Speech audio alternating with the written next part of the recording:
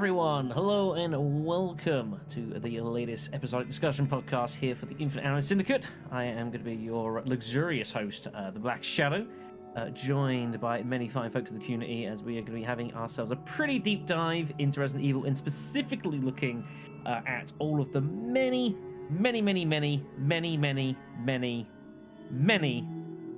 side titles that this series has, as if the main series wasn't long enough. We are joined by many illustrious, beginning with Mr. Renegade Operative, our Lord and Savior. I am a zombie right now. I am brain dead, but how's it going, everyone? I cannot wait to dive into the Resident Evil side games, and hopefully it will be fun. And alongside us as well, also being joined by Mr. AK Austin. Hello. I'm back yet again. It's good to be here, and I'm pretty excited to talk about these Resident Evil spin-offs. Not gonna lie. Mr. Silver Crystal. Hello again, folks. Back once more, here to talk about all these wonderful side games, especially for me. And I'm happy to talk about that. So we'll be getting to that in a second. Thank you. And last but no means least, Mr. Sir Brando. Hi, I use this. Daylight saving time sucks. It makes my job easier, however, so I'm not complaining. Anyways, so yes, Resident Evil, it's been around for 25 years now, and of course we all know that the main series is well long enough going through that time, but there's been of course a ton of spin-offs as well, so this is going to be hope you guys like a lot of detail because we've got plenty to offer. So we're going to give initial impressions on all of the side games within the franchise. We've obviously got a list of everything, so you're looking at your Resident Evil Revelations, your Survivors, your Chronicle games, Outbreak, Operation Raccoon City. Who wants to start where? Well, the doc says we should go from top to bottom, so I guess we should do it in order. We should do it. All right then. So Resident Evil Revelations is where we will begin our journey. Wait, are these considered spin-offs?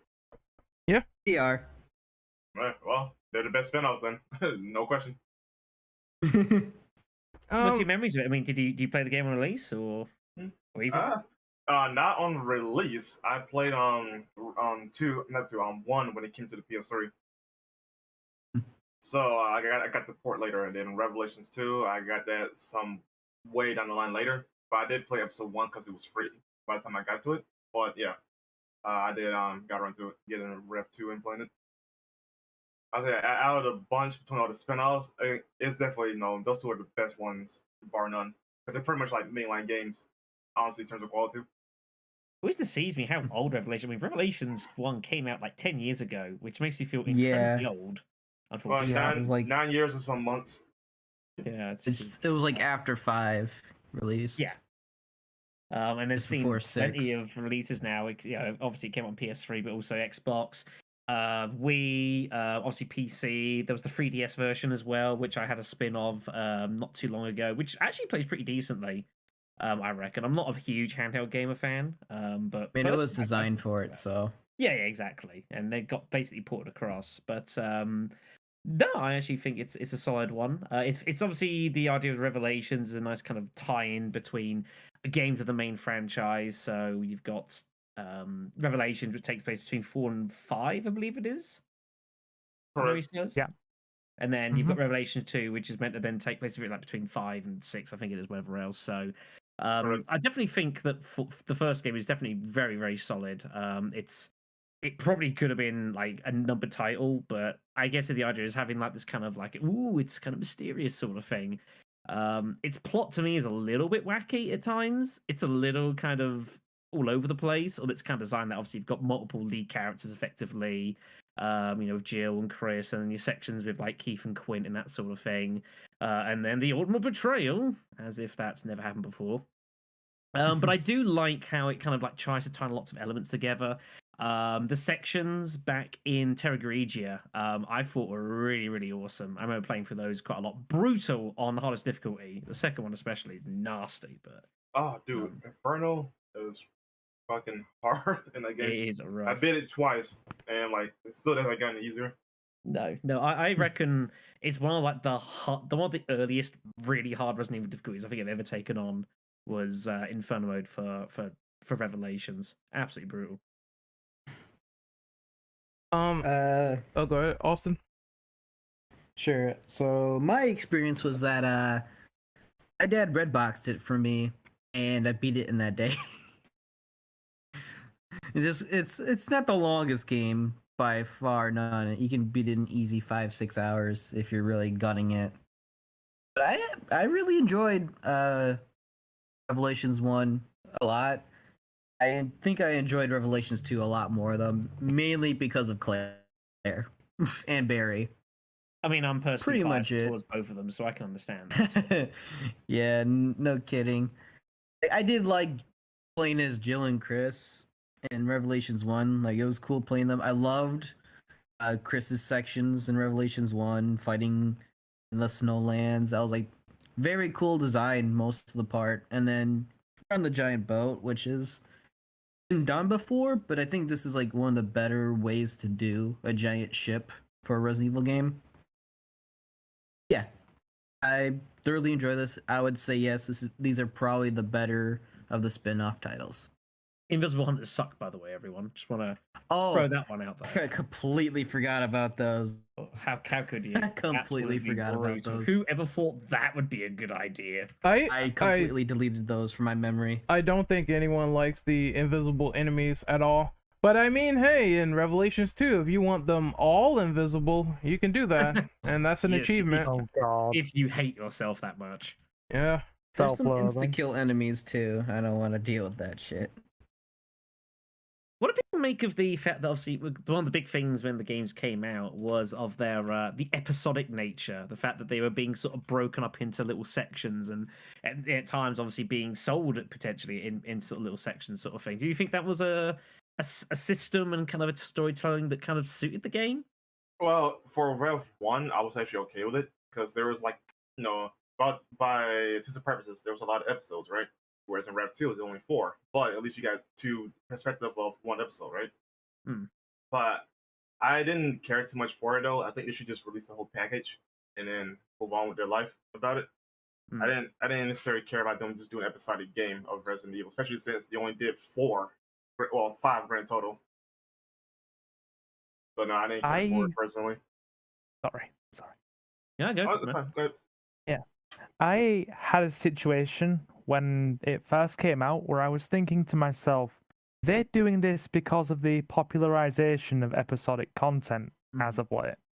I was really mulling that over because obviously around a similar kind of time, you'd obviously had Telltale's Walking Dead come out, and that popularized episodic stuff for a very long time, didn't it? Yeah, it's definitely there was a phase in game for like 2 or 3 years where it's trends. Like video gaming's done this for all the time. It trends, little things happen. I mean, we had the zombie trend of like 2007, 2008, where everything had zombies in it all of a sudden. It's not too far different, Look, to be honest. Capcom is the trend follower.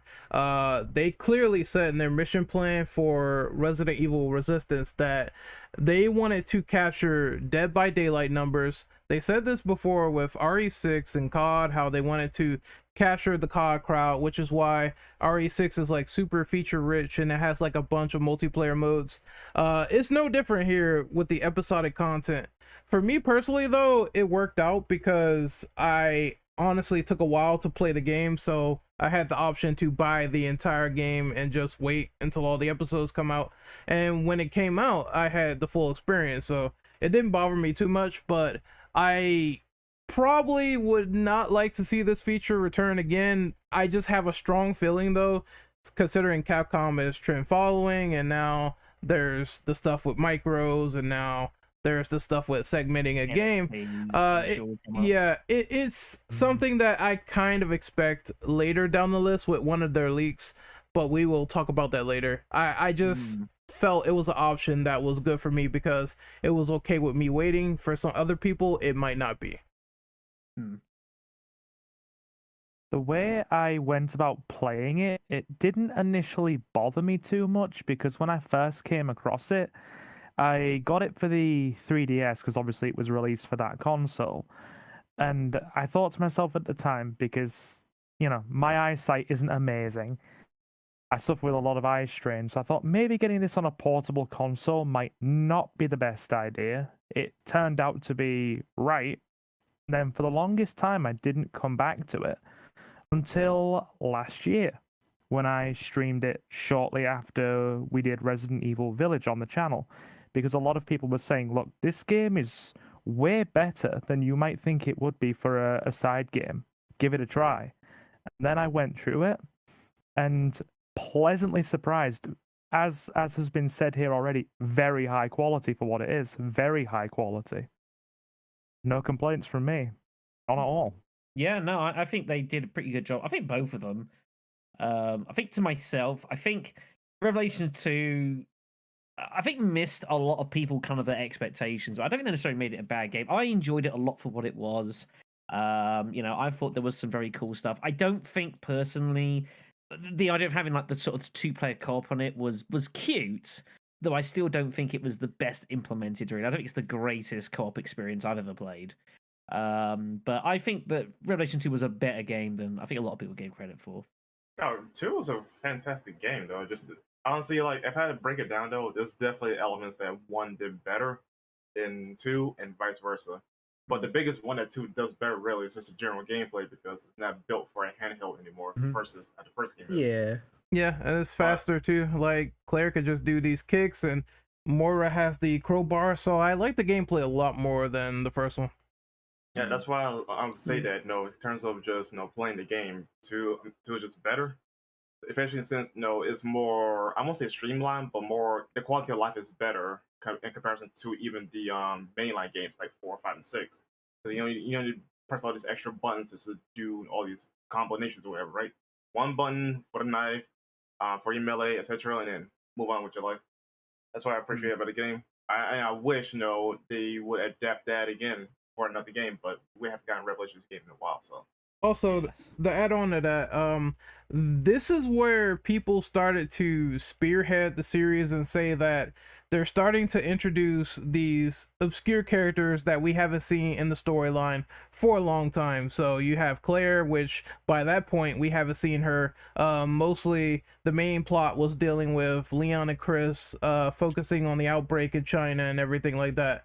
And then you have Barry, which we haven't seen in a longer time. Like, he's been in other side games, sure. Some of them have been like In his mid-50s. completely non-canon, but yeah, they brought back Barry Burton. So that was where people saw the opportunity of, like, if all these old guys can come back and they can't come back in the mainline timeline, then why not put them in the Revelation series? I think that was the idea. It was a good opportunity to get characters that people are familiar with. And obviously, Resident Evil has a ton of characters that have been established over the course of time, and it was a nice way to kind of reintroduce some of them and bring them back sort of into the fold. And I think for that side of things, I think they did a pretty solid job of it. I agree. Like, Well, it's the it was thing... nice to. Oh. No, go ahead. You're fine. Go ahead. I said, like, I mentioned this in like another podcast. I think we were talking about RE4, I believe. The characters that are like really popular today had gotten a second chance because they had a second game, right? Like Jill, she had 2 games in the same console duration. Chris, Code Veronica, that's the second game, and Leon, RE4, which that blew up in popularity, so it does make Leon a really popular character, right? The other characters like Carlos, Barry, and so on and so forth didn't have that second chance, unfortunately. So I think the Revelations games would be a great way to give these characters, the limelight. Yeah, I think so. There's only certain other people that are going to get in, really, though. I mean, I will say, I think anyone. Yeah, realistically, yeah. I mean, if you're sitting here waiting for Revelations 3 and expecting it to be the return of Billy Cohen, just stop. Just stop doing this to yourself, people. Just like you need to accept that it's you need to let it go, and you just need to accept that it's not going to happen. He wandered off into the forest and probably tripped on a rock and died. Okay. Jesus. He was a bit harsh. Almost in Infinite Darkness. Almost. Hey, Queenie. Makes me sick. Eat this. Speaking of making people sick, it's time to talk about Umbrella Corps. Yay! Yay! I think we can just all agree and guys. say this. Let's just grab a lighter or trash bin, pour every gasoline in the world into it, light it on fire, and that won't be enough to kill the monstrosity of this game. Monstrosity. It would be fair to say that the game was released to unfavorable reviews. I think that's a fair statement to make. But there is a question worth asking of why it exists, and I think this is it's touched upon earlier, and I think it's something we're going to come across a few times with a lot of these sort of side titles. Is there's definitely a lot of using these spin-offs as an attempt to try and access a more general sort of playing public by having these styles and genres which Resident Evil was definitely not known for. But figure that they can have a crack with. It just turns out that their attempt to make, Resident Evil Call of Duty was probably not a good idea. In that case, though, that was more of Rainbow Six than Call of Duty. I mean, probably so. Who here has actually played it? Because it's one of the only 2 Resident Evil games I've ever not played. I have. I will admit this Not much, me. though. The game does actually play well. Like, despite how funny it looks, the game actually does play well. It has pretty smooth on gameplay, all things considered, right? But that's the only good thing I can say. Maybe the graphics, give or take. That's the only thing I can say that's good about the game. Okay, so the problems in my experience were the enemy AI and the glitching and the dogs. What the fuck were they thinking? Like, I saw dogs go through doors, I saw zombies fall through the floor. They clearly did not care about the player versus environment experience with this game. And then there was the fact that the hook was like super overpowered. I have no idea why. You could just run up on like 2 people with a hook and their lives is done. It's way too overpowered. And in defense to that, though, like, it is a charge-based weapon, so you need to like stay in a stance for a long time, right? So if you get behind somebody, and hit them with the hook, you earn that kill because they had no situation awareness. I killed 2 people with it. That's just completely dumb. And the map design, okay, I think the people who played it, we could all agree that the map design is not good. I understand they're trying to go back to your original haunts like RPD and RE4. Horrible. I think RE5 as well. Spencer. Yeah. I don't remember actually.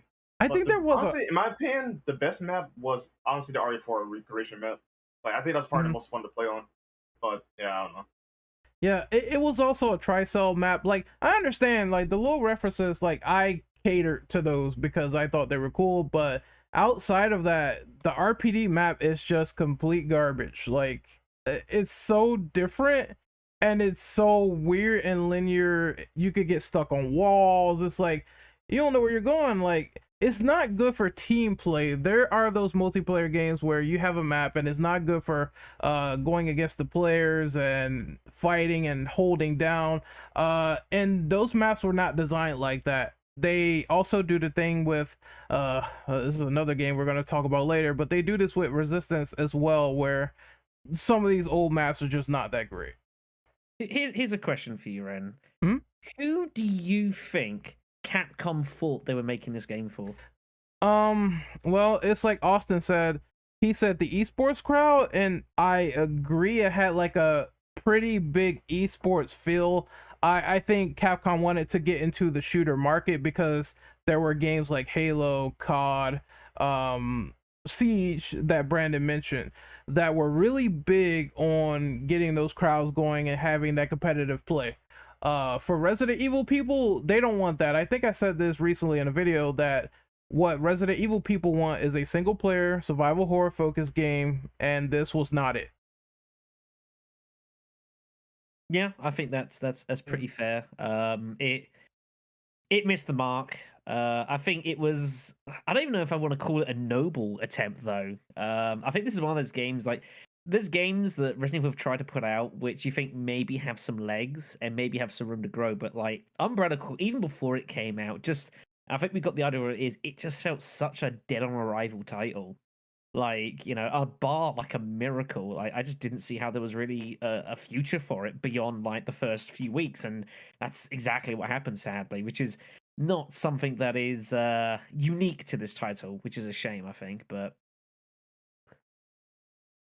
Well, That is the way it goes sometimes. I think probably fair thing as well. Umbrella Corps does have some relations and was partially, I suppose, based upon Operation Raccoon City, which is a game that always fascinates me. Back in 2012, I think it was. So again, fair long time away now. Makes me feel incredibly odd. I remember when this game came out, and I was like, oh, this could be okay. A game that I don't think was ever received very well, but sold millions of copies. Which always has staggered me how much they sold of this. So they I'm could just They had a so good surprised marketing by it. campaign. Yeah, I was not surprised by it honestly because like the marketing campaign, and they were literally tugging on the strings of people who glorified the Raccoon City era of Resident Evil, right? So that was catered towards those guys, and you just play as the villains technically, even if it's canon or not. Like, come on, like no surprise in that game was sold well. yeah, that's the first time ever Right. that we could play with the bad guys. Yeah. In fact, all the games that came out in 2012 sold really well, including 6, Raccoon City, and Revelations 1. Just comes to reception though, Revelations 1 was the best received one. Yeah, I would probably suggest that. 6, of course, was a challenging development for that game, I guess we'll say at times, but that was a challenge that they've put on themselves. But Raccoon City always fascinating because obviously it was an early attempt as well. It was again 2012, so this is very much in the realm of this the 4-player co-op team stuff against the undead and whatnot. There was a multiplayer mode, I believe, as well. For Operation Raccoon City, there was like a semi sort of versus. Yeah, there's PvP. It was. In it. And there was like one where you could play the protagonist and the villains, heroes mode. Yeah, heroes mode. Yep. I would say this though, Raccoon City, that game actually makes me more mad than anything else on this list because it actually had great potential and a great premise. Now, canon or not, but the game unfortunately had a really terrible development cycle. I don't know who to blame here for the development team or Capcom for not giving them enough time to polish the game up. I don't know who to blame here, but either way, the game just didn't came out as good as it really should be. Yeah, Especially when you go for, like, say, I don't know, like 100%, like I did. No, I play a professional mode. Oh my god, the game is it's not hard because it's hard. It's hard because it's broken. Like, this is probably the most broken Resident Evil game I've ever played in my life. I played it solo on professional, and there's some moments where I was like, I just need to run. I don't have the time to fight. Sadly, though, if you need the S rank, though, you gotta do some things, do some fighting, right? But it's easier to do on professional mode than hard mode. But again, that's part of the problem, though. The game is just broken in one department. It's just unrealistic. We had it on our playthrough. Oh, I'm sorry to interrupt, but go on. We had it on our playthrough that the tyrant got stuck, and we were shooting the fuck out of him, throwing grenades, spamming bullets, and he would not die. Same thing happened to Nemesis. It's like sometimes the AI just says fuck it, and they will go into a corner and be superhuman while the players are shooting them, throwing grenades, tossing RPGs, and nothing's happening. And I think whatever happened during the bug testing, which was non-existent on this part, was pretty mediocre because it was very apparent in our playthrough that enemies were not dying or things were being terribly wonky. I think just the main thing that drags this game down is not the premise itself, because the premise is awesome, like a what if story based on RE, that's fantastic. It's the gameplay and the stiff controls and some of the animations being so bugged to the point where you're like, what is even happening? Exactly. Like, despite all the shit that we give Umbrella Corps for its shortcomings, at least the game functions. Yep. Yeah, I have to recall. I've not played this game extensively, but I do remember I played. It was the first 2 chapters. It wasn't long after it came out. I was around a friend's, and had some time by myself, and I'd played the first couple of chapters, and it was very unfamiliar for me. Resident Evil game. I was bored. Like, this game, I think, with people to play with, I think probably was fine. But on your own, I was so underwhelmed by everything going on. It just felt so hollow an experience. I was so disappointed. Yeah, Brandon just mentioned the DLC. To be quite honest, though, the Spec Ops team was honestly the best part about the game. I actually enjoyed myself playing with the Spec Ops. Yeah, Except for the final boss. The final boss sucks. But go ahead. Also. DLC is the best part of Operation Raccoon City is the good side campaign, pretty much. Yeah, it was like a companion piece towards the what do they call it again? The Wolf Squad for Umbrella. I believe that was the one. Yes, Wolf Pack. Yeah, Wolf Yeah, Pack. like I say, it's definitely a really good DLC. You know, I recommend that everyone should try it if they can, because yeah, especially if you play on consoles, you never know when that DLC is going to get listed. Interesting. But Interesting it's really fact, though. What's up? Interesting fact, though. Compared to both the Spec Ops and Wolfpack, funny enough, the classes they are, like Vector is the stealth camouflage dude. They're gender swap for the Spec Ops, which is I thought was really cool because like, oh sweet, I get to play a really badass female as the counterpart to Vector. I was like, fuck yeah. I've always played as Party Girl. She's the best one. Don't at me. Vector was my favorite character, anyways, because he's the disciple of Hunk. That is badass. I always play Vector and I think Lupo, the girl with the purple mask on her face. Those Lupo's characters good. I always play with. I love Four Eyes. Like I like infecting people and turning them into BOWs and using BOWs to my will. That's Dear fair. Me. Dear me. But no, it was like so you said you tried 100% the game, Brandon? Like I mean that sounded like a chore. Me and Dom guy are lighting trophies on the PlayStation side of things. We did it in oh my god, dude, professional was so bad. Getting the S+ ranks was garbage. You're a braver man than I. That's all I can say. Or you're just insane. Yes. Yes, is the correct answer. Goodness me. The more I look back on this, and especially like hearing what you guys are saying right here, the more I've come to accept something. It's okay to like this game. And I wasn't the only person that actually enjoyed the, government Spec Ops DLC. That's the part of the game that really was quite redeeming for me. Shit, and plus it's also the least broken, I might add. If anything, if that was the main campaign of the game, I think the game would probably have been better received. You do have a point, though. It's almost like they didn't really do much testing on the main campaign of the game, and yet the DLC campaign actually got a bit of testing. You make a good point there. It wasn't as buggy. All right, then. I'm just going to say that I prefer to call it a guilty pleasure. I think the best way to put it. I think that's fair. No, carry on. Next one. Next one. No worries. All right, then. So, I need to take you all back in time. We need to go back to the year 2002, which is a long time ago now. I'm sure many of us can barely remember what the heck we were doing then. I've certainly slept since then.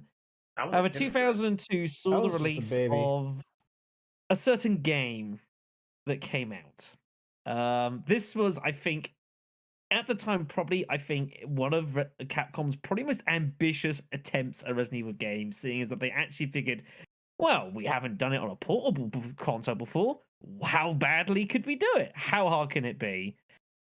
And then Resident Evil Gaiden came out. The first question is who has actually played this? I have not. Not me. Not me. Now, the mercy is I didn't play this in 2002. However, the bad news is I played this in 2019, I think it was, blind, live on the internet. For about 6-7 hours. Good God. Now, I don't want to sit here and suggest that Resident Evil Gaiden is a bad game, because I think that would probably be doing it a bit of a disservice. However, considering it came out on the Game Boy Color, I think it's fair to say that there are going to be limitations upon its gameplay. I'm sure there's probably almost no one here has any idea what even Gaiden is. The plot of Gaiden was basically that there's been an outbreak on this lovely ship, very nice cruise liner, very, very fancy, courtesy of Umbrella, because of course it was Umbrella. And so, sent to resolve the situation was Mr. Leon Kennedy from Resident Evil 2 and Barry Burton. First of all, what the hell? What is going on here? They weren't even part of, they were just some kind of bizarre government organization. I don't think it's ever named. The plot can then proceeds to get farcical within the first 30 minutes. I think is a fair way to describe it. The gameplay was not too bad, with its shooting functions. There's a bit of kind of exploring around and almost you could say a bit RPG like, but holy Christ. Oh my God, this game. It exists. It exists. I am worse for that. It has gone to a point where it is a meme on my channel. I will be replaying this in the not too distant future to see if I can beat this game with just a handgun because I truly hate myself. But no, You're welcome, by the way. I got to that. Cheers for that. By the time that's all said and done. But no, I think the idea of trying to get Resident Evil onto different platforms is always good, and they should always be trying. And companies should do this, but trying to get a Resident Evil game onto a Game Boy Color, like especially you think of it now, it sounds farcical. Like you could say that to someone in the street, and they would think you're probably joking, but they actually did this, which is astonishing.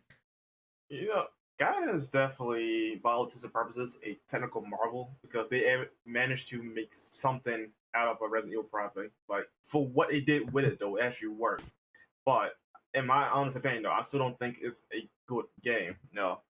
There's certain aspects that, while it worked, though, it's not fun to play, Oh, man.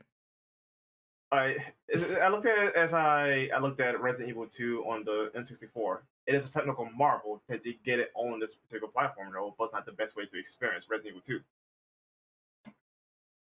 For Gaiden case, though, like mechanically, it's cool that what they had there, though, but it's just I have fun playing with it. Yeah. I was asked. There was a message on the Discord from Mr. Renegade saying that should a Resident Evil fan ever play this game? If you're curious, sure, but yes, no? there are definitely ways to get this running. Emulators are your best friend, and if you feel that you desire a novel experience, then you should probably give this a spin. However, this game has not aged well. No. I think is the most polite way I can describe this. And I think it's the gameplay doesn't necessarily infuriate me too much because the gameplay I think actually was not too bad. There's a lot of backwards and forwards, very Resident Evil, I suppose. And some of the music is actually kind of catchy, which is not something I thought I'd say going into it, but some of it was kind of fun. The soundtrack's a bit of a banger. But the plot of this game, oh my God. I don't want to go into it very much for those of you who haven't seen it, but basically the TLDR come on. Yes, the super TLDR is Leon and Barry go on a boat because of a virus. You find a girl who's like an orphan, but she has magical abilities because of sure she does. There's some big monster that's causing problems that can shapeshift, and the freaking government can't help you, give you stuff because it's raining. Just pain. This is what PTSD must be like. This must be how it feels. Just brutal. Despite having not played it, I have seen a full 45-minute to an hour-long playthrough of it. And upon looking at the plot, I have to ask myself, on the one front quickly, I dislike it less than I dislike Resident Evil Extinction, but there are very few things Resident Evil-wise I dislike, It's a low bar. It's a very low bar. So, but then when you go back to the plot, I sit there and I think, did somebody at Capcom, back in the ye olde days of 2002, jump on ye olde fan fiction and steal a very optimistic teenager's fan fiction and repackage it? I'm wondering. I'm actually wondering. Like, who in the writing department thought, yes, this is necessarily going to pass? I mean, don't expect too much from it. I mean, it's a Game Boy Color game. But Right. I'm fucking scared of this game now. Can I get that out there? I forgot to mention there's a submarine as well. I forgot to mention that there's a submarine section in this game because, of course, there's a fucking submarine section. I forgot about that. There are pretty important game critical weapons that are easily missable to the point where you can skip past them and never get them again. Including the shotgun. Including the shotgun. I mean, What? if you want to get like the best weapon in the game, you've got to do a lot of work running around the ship, doing side stuff to find. Otherwise, you're basically gonna get destroyed at the end game boss, which doesn't even fight fairly. I will say, and I will apologize now, if you do wish to witness a man slowly watching his mind crumble before him, then you can watch my series of this idea at youtube.com/blackjoe993. Shameless plug. God. Shameless cheap plug alert. But oh my god, this was an experience. I cannot recommend anyone ever put themselves through this, but if you really do not value your life, then by all means, have at it, kids. But this is probably one you should leave to the professionals. Oh, I'm not looking forward to this one. All I will say is thank you for the shameless plug. I will be there after the stream. It will be my entertainment before I go to sleep. 5 hours of just watching my mind crumple and just get worse and worse and worse. You know, and just fuck it. I will close on one statement. Fuck HQ. Fuck them. That's the current meme. Bastards. To happier times, before I completely lose my mind again, is Resident Evil Survivor. We're going to touch upon. So one thing that I think Resident Evil was definitely flirted with for a lot of its existence, and I can see why there's a lot of popular alternatives, and you think like your House of the Dead, for example, is the light gun shooters. Now Resident Evil has been delving into light gun shooters for a lot longer than people realize. People, I think now you think of it, you think obviously like Umbrella and Darkside Chronicles, but even back in 2000, Capcom were already experimenting with these titles, beginning with Resident Evil Survivor, which I think is probably a somewhat undervalued game. One that I always thought was pretty cool. It's based off of the Resident Evil 2 engine, effectively, which you can definitely tell immediately once you start getting a hand of it. The plot is pretty kind of a bit cliche. You're a man who's crashed in a helicopter in some random island, and of course he has amnesia because of course he has amnesia, and you don't know what's going on, and the mystery is trying to work out who you are, where you are, and why everything has gone to hell.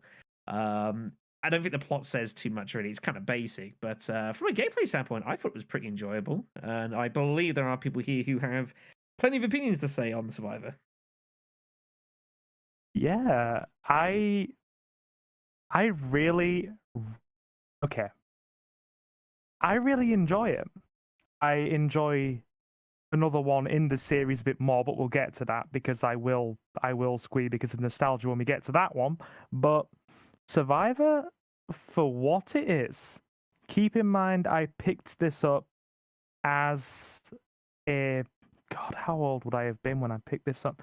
Can somebody just do a quick looky and see what year did this game come out? 2000. Like 2000. Yeah, well, I got it a couple of years after, so that means I probably would have been about, I don't know, 7 or 8, possibly.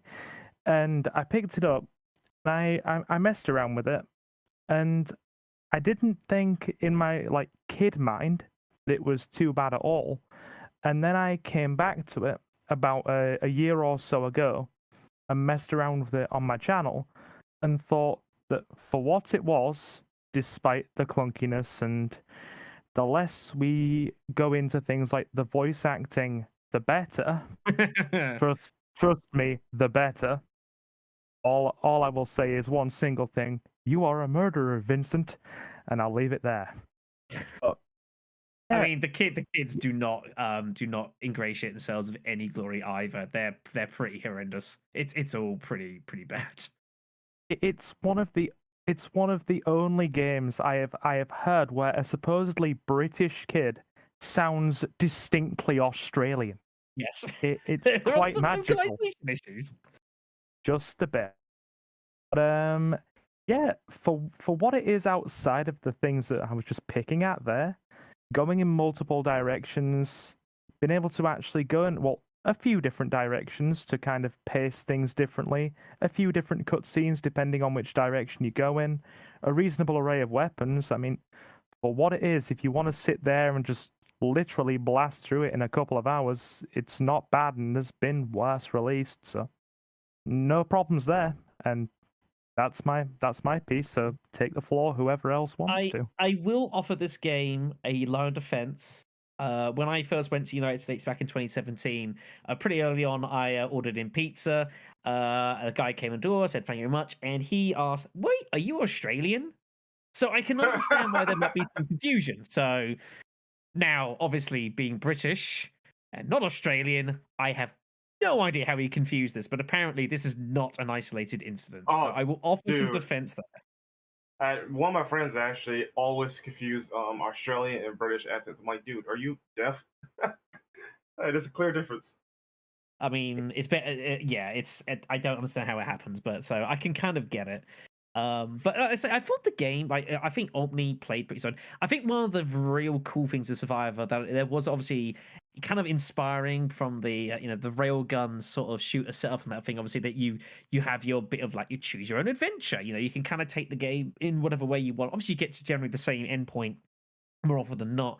But that was something obviously that Survivor delved into, was the option of having various times of split paths. And that you could take different options. So early on, you could like go through like you've got the bar, you've got like the restaurant, you've got the church, you've got like the arcades or the library. Lots of different ways to kind of take on your game to get yourself different kinds of weapons and that sort of thing, which I thought was really cool. And it was obviously a very nice way to kind of encourage people to repeat play a game, which in its nature is not particularly long. But I always thought that was really, really cool, and thoroughly enjoyed that. Thing that I did find interesting, one specific enemy type that only ever appears in Survivor, those strange commandos that don't quite sound human. Yes. Yes.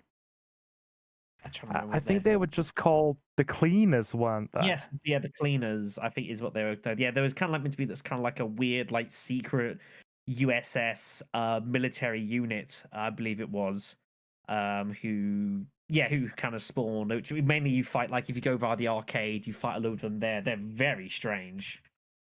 Yeah. One of the least threatening things in there, but also very strange. And just thinking back, I just literally had a flashback at this moment as you mentioned what you did. This game also did all of its cutscenes in engine, didn't it? Yes, pretty much all of them. They kind of tried to like put some rendering filtering on it to kind of make it look a bit kind of, though it wasn't, but it definitely was pretty much all in game. Sorry, go on. I was just going to say one last thing in regards to what Brendel said in chat a moment ago. Yeah, this game does have like RE3 kind of RNG in terms of things can spawn in really random places, and it can sometimes be a bit busted. Case in point, you can walk into a room and 2 spiders will be on the ceiling and just drop poison on you and you die.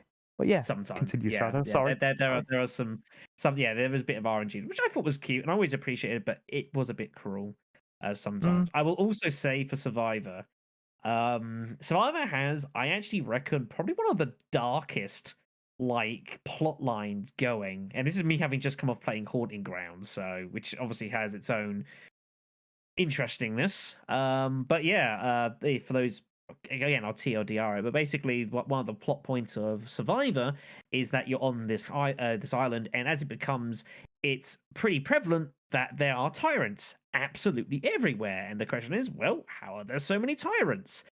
And you learn how these tyrants are created. It's pretty grim.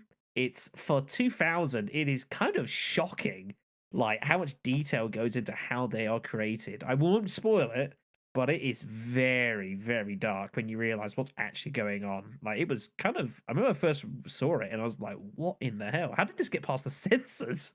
This is kind of sick, even for Umbrella. So I think it's one of the.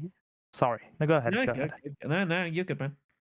I was just going to say, I think it's one of the only times, with a couple of very specific exceptions, where Resident Evil dares to pretty much referenced, without going into too much detail, because like you said, let's not spoil all the detail, that children were explicitly involved in these experiments, and quite violently so.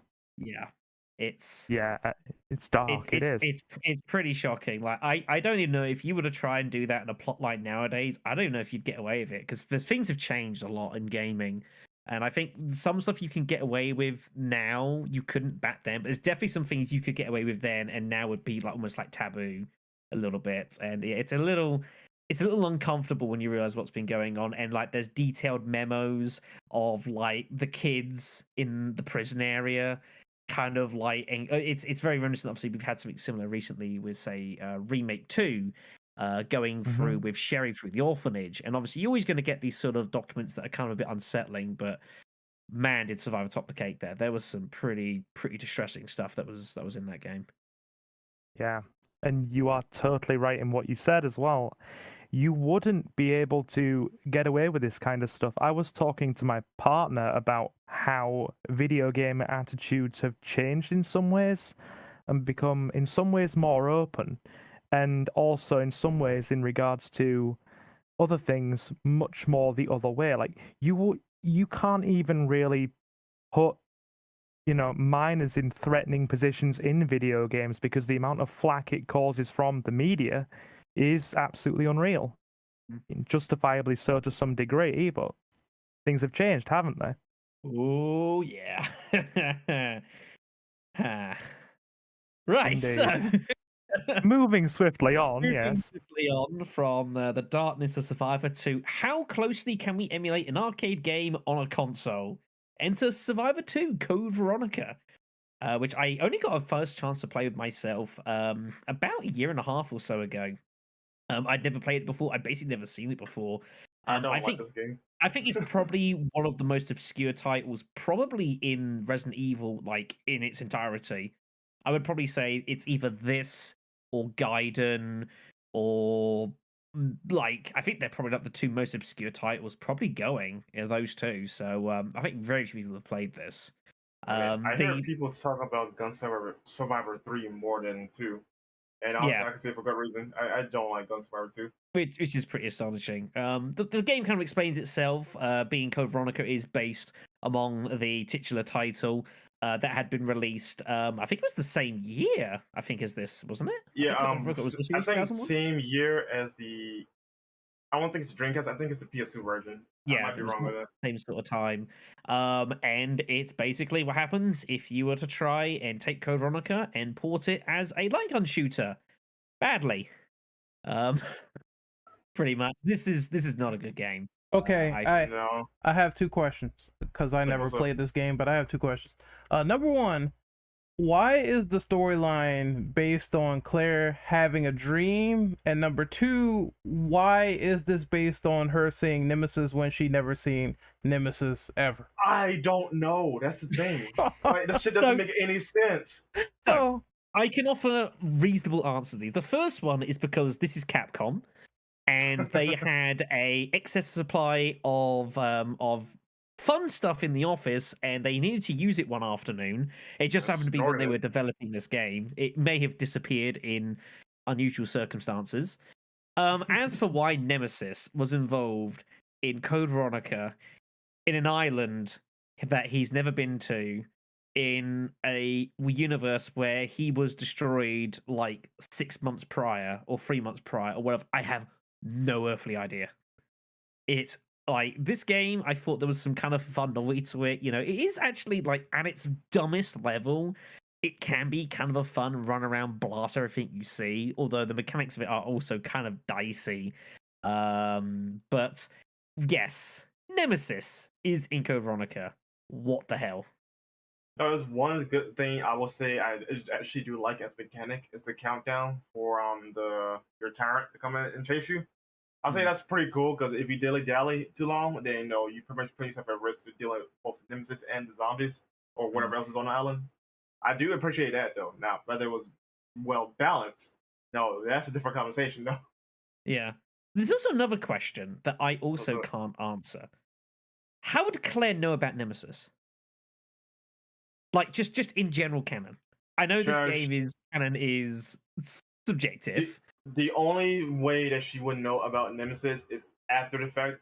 When she met Jill, I think she met Jill. She would have to at this point, considering her and Chris are very close. And Jill just happened to, have like detailed drawings, and sketches, with artist impersonations after the fact.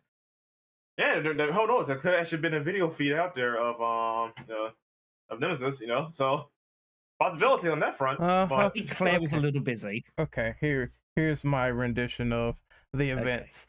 Okay. So, okay, well, what you got? So there was one tyrant, and then there was another one, and then one tyrant bent over, and they attached a claw to his appendix or the pelvis, and they had premarital sex, and therefore Nemesis was born in Claire's head. Okay, enough of that nonsense. Actually, I have one. Thrust. Actually, I do have one plausible theory though, but correct me if I'm wrong though. Nemesis is actually a project line of tyrants, correct? Is that just that one tyrant inside Resident Evil 3? Was the idea they were gonna I think the idea was they were gonna sort of test and see if it worked, and if it did work pretty well, then obviously they'd go and try and make more of them. Makes logical. It's Umbrella, so of course they. Now, for Operation Raccoon City, there's actually another Nemesis. I forgot what the name of it is called though, but it's unique to a particular DLC that's only on Xbox, unfortunately. So the only way for you to play is on that system. Now there is actually another Nemesis, right? So is theoretically speaking though, being that Nemesis is actually a project rather than a singular tyrant, it could be more Nemesis out there that we're not aware of in the Resident Evil world. Theoretically speaking. So that's the only plausible way that Nemesis would be in Code Veronica, if that's another Nemesis tyrant. Otherwise, Claire just made it all up, and we have to go with that. Yeah, which I never know if I'm meant to be insulted when a game reveals that it's a complete dream and none of it exists, and thus none of it matters. Like that's not a good selling point, right? That's the worst form of storytelling. It's pretty bad. It's not too good. Going by the game itself, like even the gameplay, I don't think was that great either. You're in these maps, you've got a timer that counts down, and if it runs out, then Nemesis will come after you, and if he gets you, you just basically die instantly. You do have a few lives in this game, which you need because this game is actually kind of challenging.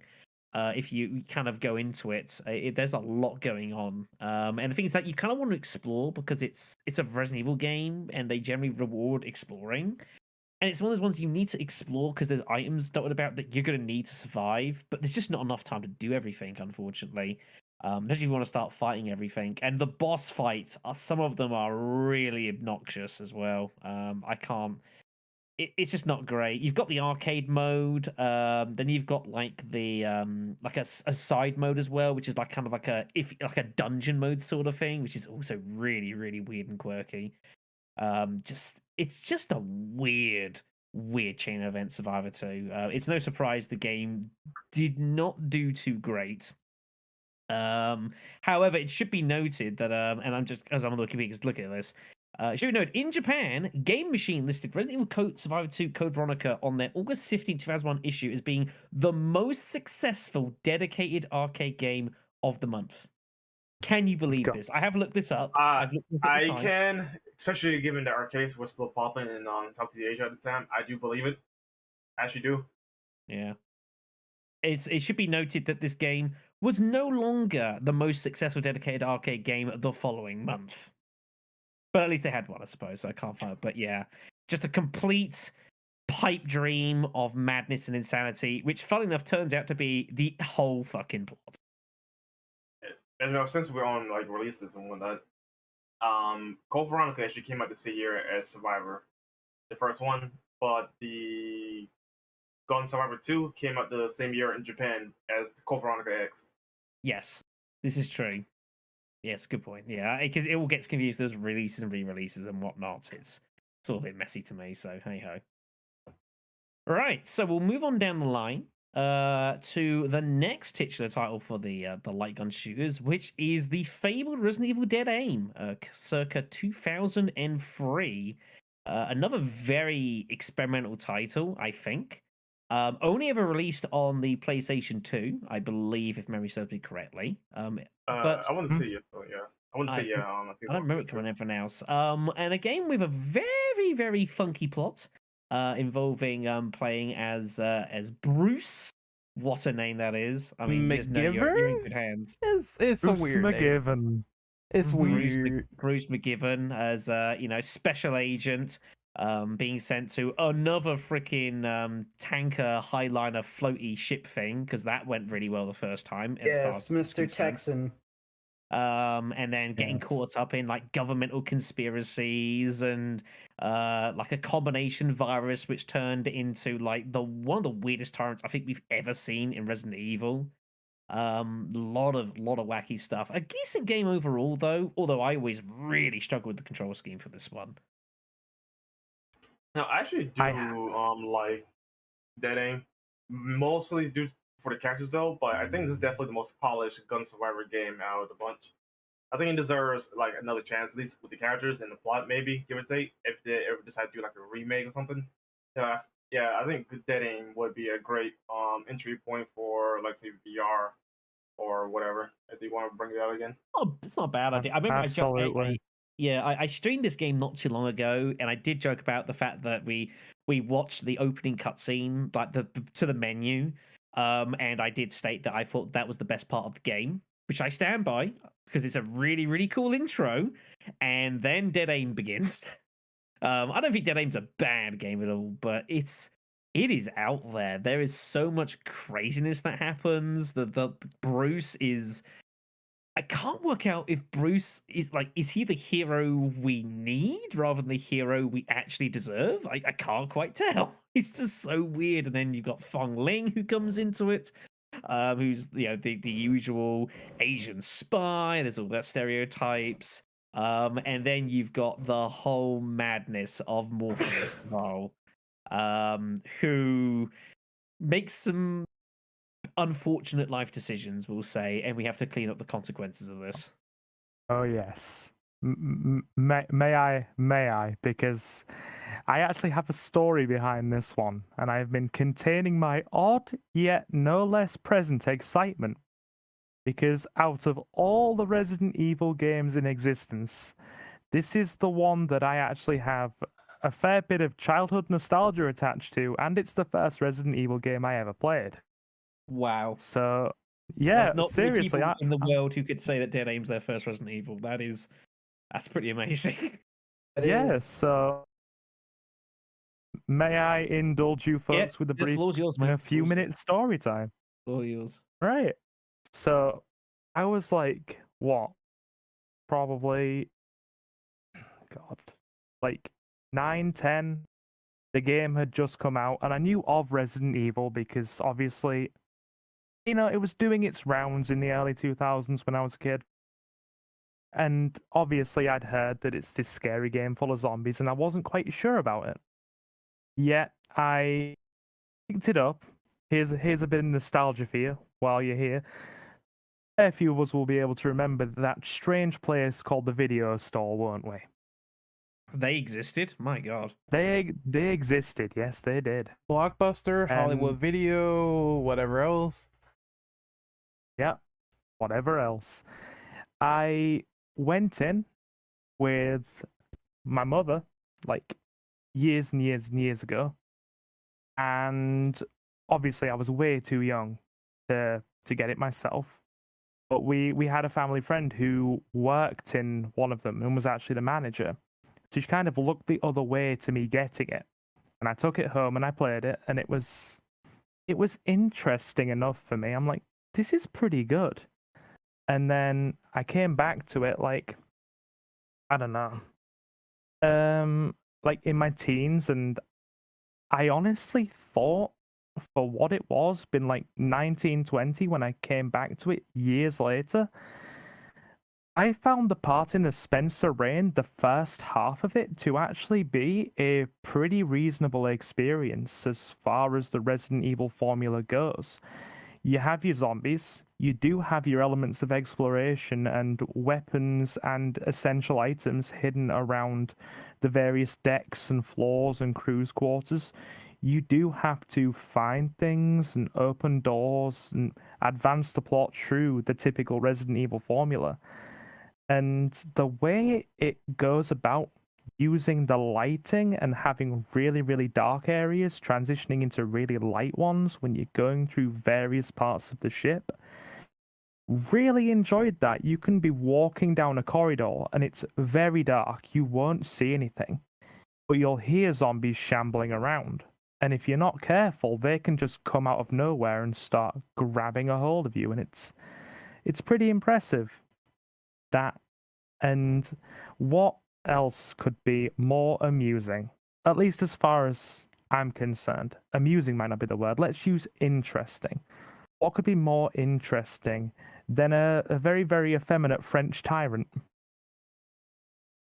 Funnily enough, the last time I played this happened to be during like the transgender month sort of thing, that sort of stuff, which was not completely by accident. Even think about it at the time.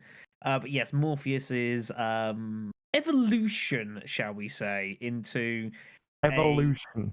Yes, I think evolution is the correct word for it. I think he'd look at it as a revolution, or she would look at it as evolution, or it. I don't. Okay, know. so we'll use they and cover ourselves. They's good. In my opinion, What's wrong with this? Oh, this man's crazy. But so the tyrant, like I thought the tyrants don't have privates, or I thought that was established in Resident Evil 1. So this is like new lore. Oh yeah, for tyrants though. This ain't a tyrant. Well, they said it was a tyrant. Like I never played this game, so. No. I mean, it is, isn't it? I mean, it's a tyrant, but not a tyrant. Wink, wink, nudge, nudge. Yeah, but I don't know. Like it doesn't make sense. No. To be fair, a lot of this game does not make any sense. It is a kind of ludicrous plot line. It's a plot line that I think also doesn't have any idea how to conclude itself. And that's a pretty apparent about like a third away in the game. It's just like spiraling out of control. And is just a complete nonsense. This ship that is just kind of middle of nowhere and then just so happens to end up washed ashore this big giant deserted island that, oh, funny that, there's a giant umbrella base right underneath it. Isn't that convenient? It's just that it's so much when you delve into the detail of the plot that makes no sense whatsoever. But the game's like, what the hell? There's an assassination attempt on Fong Ling because she's got some device implanted in her. Oh, bet you didn't know about that because it wasn't important. It's so much. It just happens for the sake of it. It's infuriating, but it's like, I feel like I should be angry about it, and somehow I'm not, which just astonishes me. So I just love the fact that it is a train wreck. I accept it and I'm fine with it.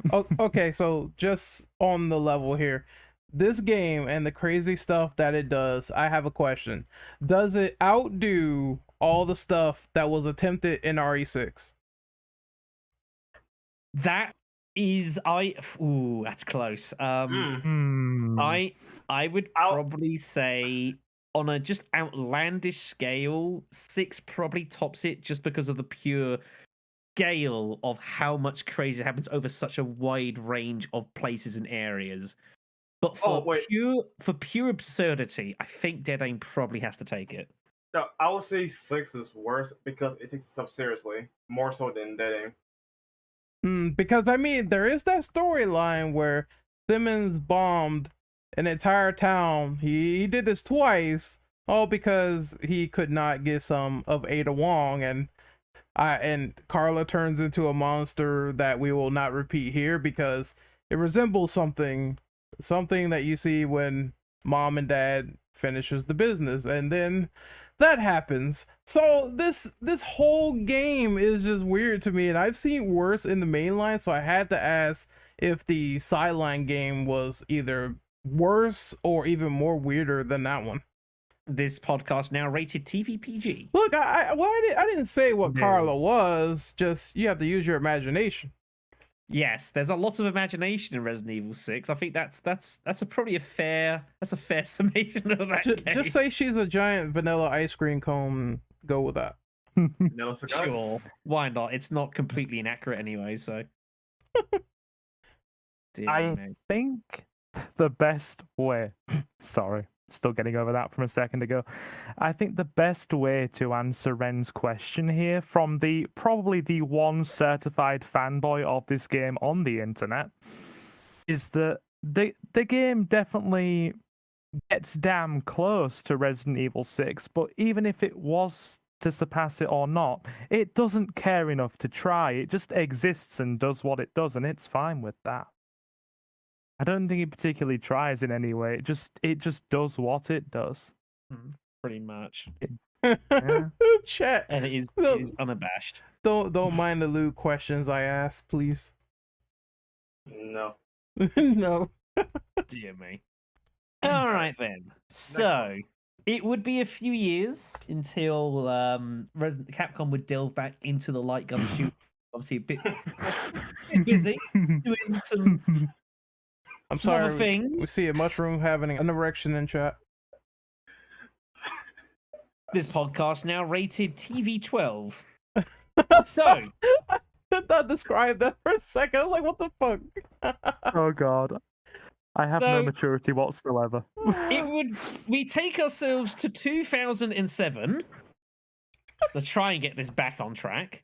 And the beginning of, I think, probably very well received and very well remembered, the beginning of the Chronicle series for the Wii.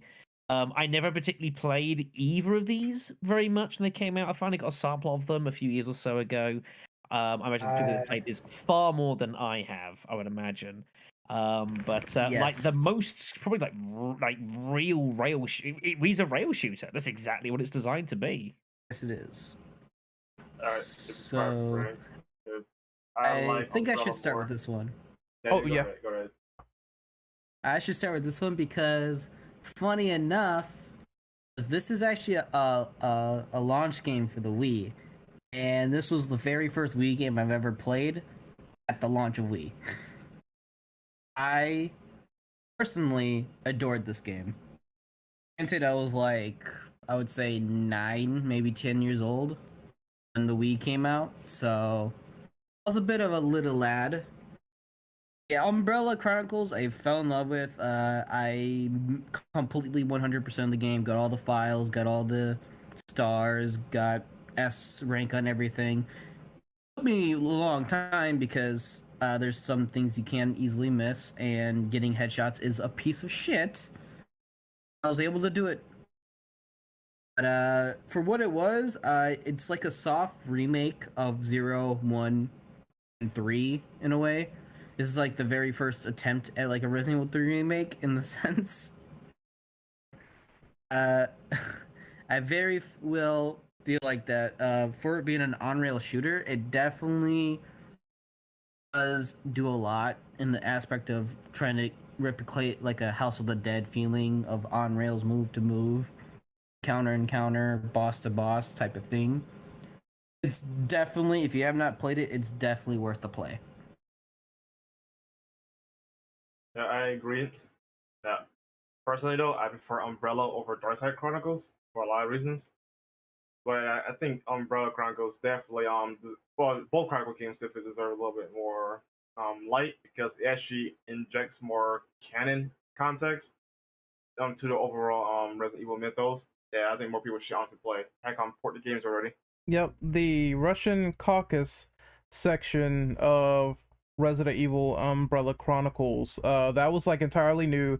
It showed Wesker storming Sergei Vladimir's base, and also Jill and Chris fighting the brand new title. And then Dark Legacy, I think it's called. Yep.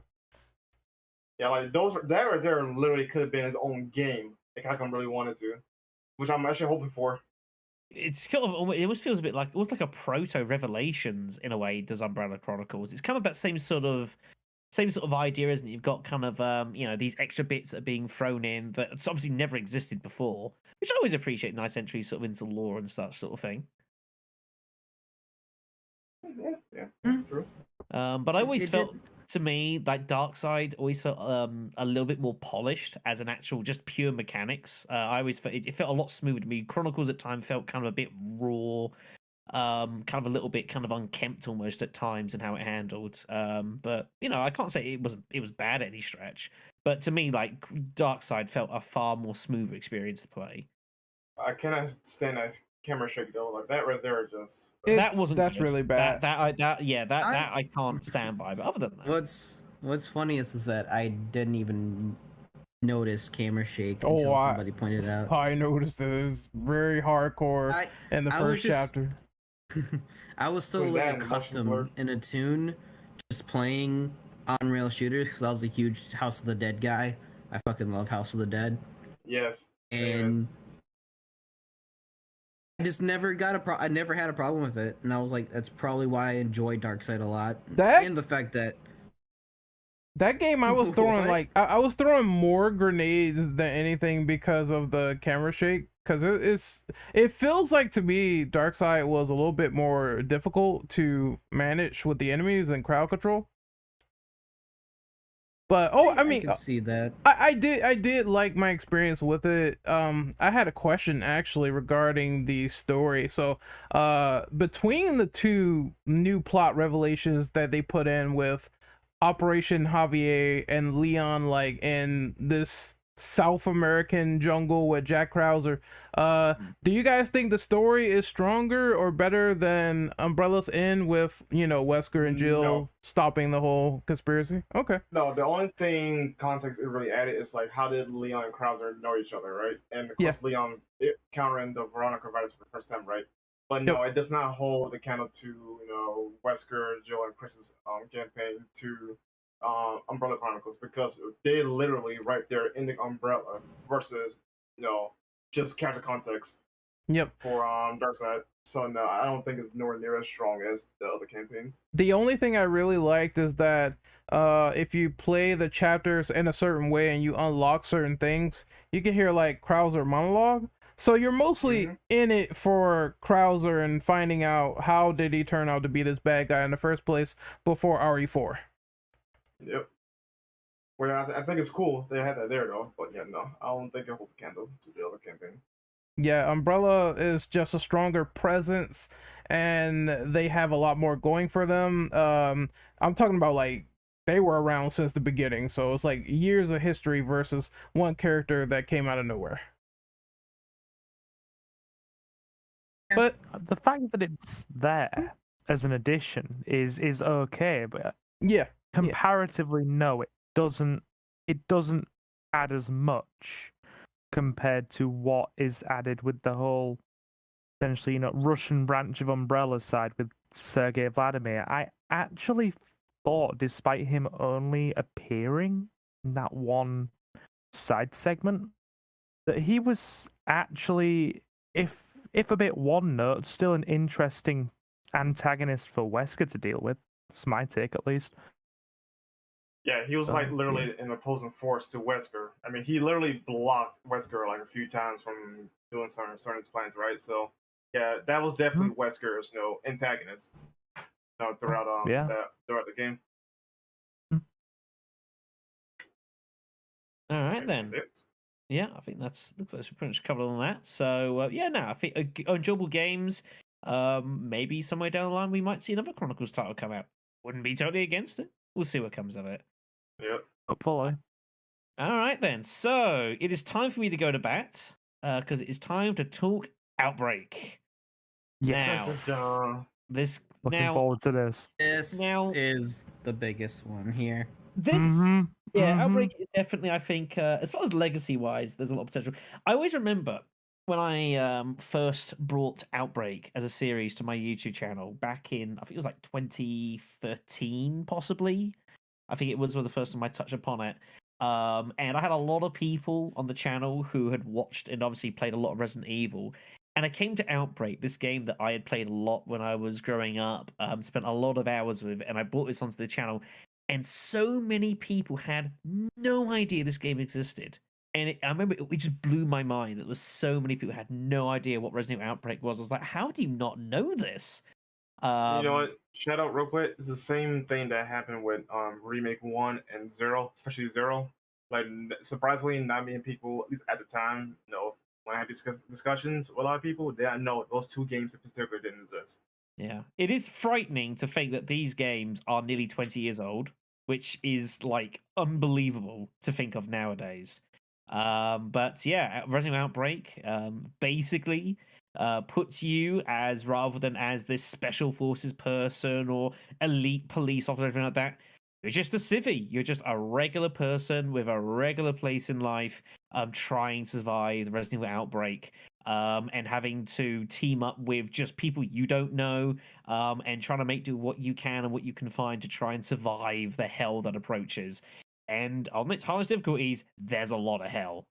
This game can be very unforgiving if you don't want, if you want to make it that way. Especially with File 2, where the game got a lot more expanded. There was a lot more different things you could do, but at the same time, there was a lot more ways the game could just try and just kill you completely. It was pretty brutal. But Outbreak, I say, I will battle forever. I think it's a lot of fun. A huge thanks to the guys over at obsrv.com. For their continued work with keeping Outbreak available online, available for you, so you can play the game online as it was intended, which is something I was never able to do when I first got this game. This was one of the very first that had access and used internet gaming for multiplayer, back in the days where not even every region of the world had access to the internet with playing. Like the PAL version of this game had no online support, which nowadays just seems like completely absurd because we're on the internet all the time 24/7. But this was right in that phase where it was just starting to come out. It was just been experimented with, which we take for granted nowadays. And it was a completely different game when you actually had the opportunity to play it online with other people. It was a bit janky, I suppose, at times. It's the way it's going to be. It was 2004, kids. But definitely just the pure fun and entertainment of this game at some times. And when you actually could play multiplayer, this is a fun game. It still is a fun game. It's fun to watch too. Yeah. Mm-hmm. So And I believe, as I say, I could speak for a long time about this game, but I'm sure there's other people who've got plenty to say. I'm trying not to say much because I know that we made an Outbreak podcast before, but I will say this is an intricate co-op game that Capcom has built that has so much layers to it, like in terms of how the characters operate with the classes and how everyone's different. Each scenario is different. The stages, harbor so much creativity. It's just such a good game, and I see why so many people want Outbreak to return, because when we played it for the channel, it was so much fun, but there is like shortcomings to the game. It can get a little cryptic when you're running through the environments and you're figuring out like, oh, where do I go? What do I do? The navigation is a little bit off, in my opinion, compared to like some of the other RE games where it's like a little bit more simplified to figure out. And it can be hard as well. There is difficulty spikes of RE Outbreak, and File 2 also has some of that as well. But I think the challenge is figuring out everything and how you approach the situation, because there are familiarity is definitely the biggest killer. 100%. Yeah, there are like those moments where it's like once you know how to go and where to go and what to do, it gets a little bit more easier from there. Yeah, the Outbreak is very weird. It's difficult. Like, I think if you've because the thing with Outbreak, and I think it takes a lot of people by surprise and catches a lot of people off guard, the fact that the game doesn't stop. Nope. Which of course nowadays, you think of like your Dark Souls, Elden Ring, that sort of thing. In games like you have these in-game pause means but action still going on. We're kind of used to it. But again, this is 20 years ago. Like, especially Resident Evil, if you want to look at your menus, you went to a screen. You're on a screen, nothing happened. But all of a sudden, there's action all the time. There's stuff going on. You'll be aware of your surroundings. You've got very limited inventory space. You've got to try and cooperate with the other people around you because you just can't take everything with you. You've got 4 inventory spaces, which is nothing in the Resident Evil Outbreak. It's a gun, it's ammo, some health, and then what? And you can't beat the game by yourself, usually speaking. What is the level where you get used to the game? You kind of get used to your surroundings. If you're familiar with the controls, it gets easier. And then you turn up the difficulty, and suddenly the game can get very punishing. Very hard on Outbreak is brutal if you're not ready for it. So there is a lot of pain, a lot of shit hurts really, really hard, and then the game will make it more awkward because you can go through the chapters on easy difficulties, and there's a lot of additional stuff you can do to get hold of extra items and weapons and health. And by very hard, you've got to do those to get your key items in the first place. So you're forced from not being from having the option to do this extra stuff to you've got to do everything to even survive. What is the level? I got a question. Okay. I have a question though. Would you say or disagree to that the Outbreak games are like a pseudo Metroidvania type thing, but in lines of what your character can influence how the level can go? Which I mean that's pretty obvious, right? Though, but would you agree that it's like a pseudo Metroidvania? In that, There's definite elements to it. I can see that. Below freezing point. Outbreak is funky because it has this kind of class-based sort of system, a pseudo class-based system, which it was very novel for its time. I think, and very very cool. This sort of thing, especially online. Again, nowadays we take it all for granted. You think of like Vermintide is like the great example of a class-based system. For a multiplayer game. And this isn't too far away from it. You've got your tankier characters, you've got your healers, you've got your damage dealers, you've got your item hunters, you've got your inventory people. And it's all about trying to combine that as best as you can to kind of give yourself the best chance of things. I've never really thought about it in regards to Metroidvania, but I can definitely see a bit of influence there, which makes sense. Yeah, below freezing point is when actually people can start to get left behind, and then you have like I forget what it's called, end of the road or whatever. The basically the chapter where you fight Nyx in File 2. Yeah, there's so many ways you can approach that level. Like you can just leave and not even fight it, or you could choose to fight it, or you could fight just the tyrant version and inject it with the daylight. Is it daylight virus? No. Daylight cure in decision, yes. Fighting Thanatos, stuff like that sort of thing. Okay. But yeah, just the overall options that you have in that level alone, it inspires different ways to go out and get skill points, because at the end of each level you are graded with your obvious grade A through F, I believe, and then you get your skill points for doing additional things, so that works. It's also S rank. Yeah. The scope of Resident Evil games I think is very admirable, and again the range of things you can do and the variety, especially when it came to File 2. File 2 definitely kind of, I think, expanded on the game a lot. And kind of, whereas in File 1, it was kind of the same experience, whatever you did, and who you played as kind of modified it a bit.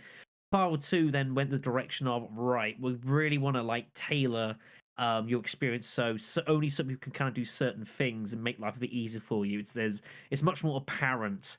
There's stuff that only David can do in this level, or only Alyssa can do in this level, which wasn't as pertinent in File 1, but was kind of more required on File 2. So if you were stuck playing single player offline, of course your AI partners can't do any of that stuff, so you were kind of a bit punished for that, unfortunately, which is the way it goes. But definitely the scope of like all these different scenarios across Resident Evil, some of course inspired by other games of the series. Blue Freezing Point takes place in the Umbrella Labs of Resident Evil 2 before that ever happens. You've got obviously Desperate Times for File 2 taking place in the RPD while there was still some hope of the police holding out. And just watching things slowly unravel there. There were so many cool influences, I think, derived for the series. And even some of the original scenarios, decisions in the Umbrella University, Raccoon University, to say, very, very cool. End of the Road's very awesome. Even like some levels in File 2, kind of revisiting areas you'd previously visited in the first game as well, and kind of like remaking of those and retelling. It's very, very cool stuff. Mm-hmm. Not to mention go ahead. I was just saying, not to mention the hive that takes place in the Umbrella Hospital that you go to as Carlos in 3, as another example. Yeah. Which for me holds the record as probably one of the hardest levels of the game, but I know that probably won't be for all of you. I hate the leash guy. Until you understand how it works, it's not so bad. But as for a beginner, when you first play the game, the hive is brutal. Yeah, is that the one with the leash guy like walking around? Because we had no idea. We had no idea how to kill him at all. Yeah, no. If I was there, I would have told you. It's unfortunately there's it's a very poorly worded and directed puzzle that you have to solve involving the Carmine code, which you probably found the file for, but probably had no idea what you were meant to do with it. Regretfully, so but no, if you guys do it again and I'm around, I'll give you the dime tour. Please help us. Or you could always go onto my YouTube channel. No, but no. To be fair, there is years of content on that channel of Outbreak and just streams and streams done for this. I mean, I went to the effort and made a handmade randomizer for this, the Waffle Raffle, which we still do every year in September and sometimes outside of that, which is like one of my greatest creations ever. You know, which is very enjoyable, and ultimately when you boil it down, you've got your main characters, but you've got an absolute slew of additional characters that you can play as. I mean, Resident Evil File 2 has about 120 different characters you can play as, all with their unique sort of strengths and stats and starting items. I mean, that is astonishing. It's absolutely astonishing. You can even play as some of the villains in it as well. Yeah, you can definitely. There's so much you can do, and it's an absolute joy. Again, a huge thanks to the folks over at OBSRV, with their who still have got fan-made servers, so you can still play this game online and enjoy it for what it really is. And I hope they continue to do so because the Waffle Raffle prints me money, and I like money. So. The 100 subs on your channel that I gave is a clear sign of that. Yep, people like it. It's good fun. So, oh my god. All right, then. So that brings an end to that section. Let's say an absolute ton of titles there. So we will move on here. So, is there any influence that Capcom should take from the side games that we've covered so far and use those to enhance the mainline experience going forward? Honestly, yes. I think they should take notes from the Outbreak stuff.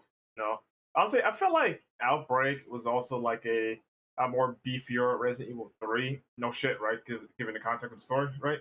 But I think it's like a lot of layers of gameplay elements that you guys literally just broke down there. I think that the mainline series should take again, even if it's just one game. I feel like a AAA Resident Evil title that's you're taking those elements and whatever. It should happen again. So whether it be Outbreak itself or just Resident Evil 9 or something, There's 3 bullet points that I have that they could use from the side games. Number 1 is obviously the isolated stories that they have been doing with those side games, whether it's like Wesker doing stuff in Russia or whether it's Leon in South America. Like, you can clearly take these stories and go back in the past and make a game from them from there. And if that's not like a good reasoning, another thing they could take is the co-op aspects of maybe 4-player in a survival horror game and have it integrated into a mainline story. They tried to make this happen with RE6, and the potential there was lost because even the interactions with Leon and Chris were like super lessened. It was not as grandiose as I wanted it to be. Rain was Resident Evil Vendetta as a game. Well, I mean, Vendetta was cooler as a concept than 6, so you gotta give them credit. The movie somehow gave me what I wanted.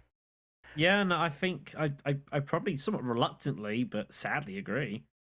I love Vendetta. It's like they were together with a burning passion. They were together. Me too. They were together mostly in that hallway sequence, and then the ending where it's like 6, they kind of go separate ways. So I want more character integration with co-op if they could do that. Rebecca, address again, please. Oh, you horny bastard! You horny fucker. Anytime. You're all terrible. No, Rebecca, my first Resident Evil waifu. My first love. No.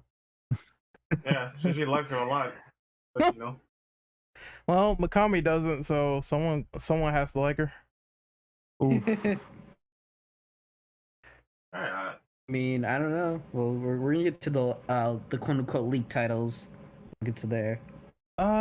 Anyone else on this question? I was gonna say, do we think that going for which early on? Do you think like the whole episodic idea should probably left dead and buried then? I would agree. Yes, ish, though. Only if they do it in the same style Resident Evil Revelations 1. Yeah, whether it's necessary, no. but they won't do it again though. Just keep it in that format rather than Revelations 2. Simple as that. I don't think they can get away with that in mainline. It's far too late. Yeah, exactly. Yeah, I don't feel the modern industry would accommodate that anymore, would it? Oh, Mm, No. not really. So probably is better to just leave it where it is. oh, Yeah, like I had one more idea before you go, Austin. Yeah. The idea of playing with the bad guys. Can I get that? Can I get yeah. I mean, I know it's a later question, but can I get a game like that for mainline? That'd be cool. Can we get like a I Wesker wouldn't game? mind. Dude, Yes, please. the stuff from RE0, and I know it's not like a side game, it's actually canon, but the Wesker mode, if they implemented like Wesker's abilities from like 5 into like some kind of action game where you're like going around and doing jaguar kicks and scissor kicks and basically punching people into the stratosphere, that'd be awesome. Like I don't see why they won't do that, because once again, Wesker has powers. It'll be fun. Just pick a plot where it's like he's not dead, but sometime in the past, and there you go.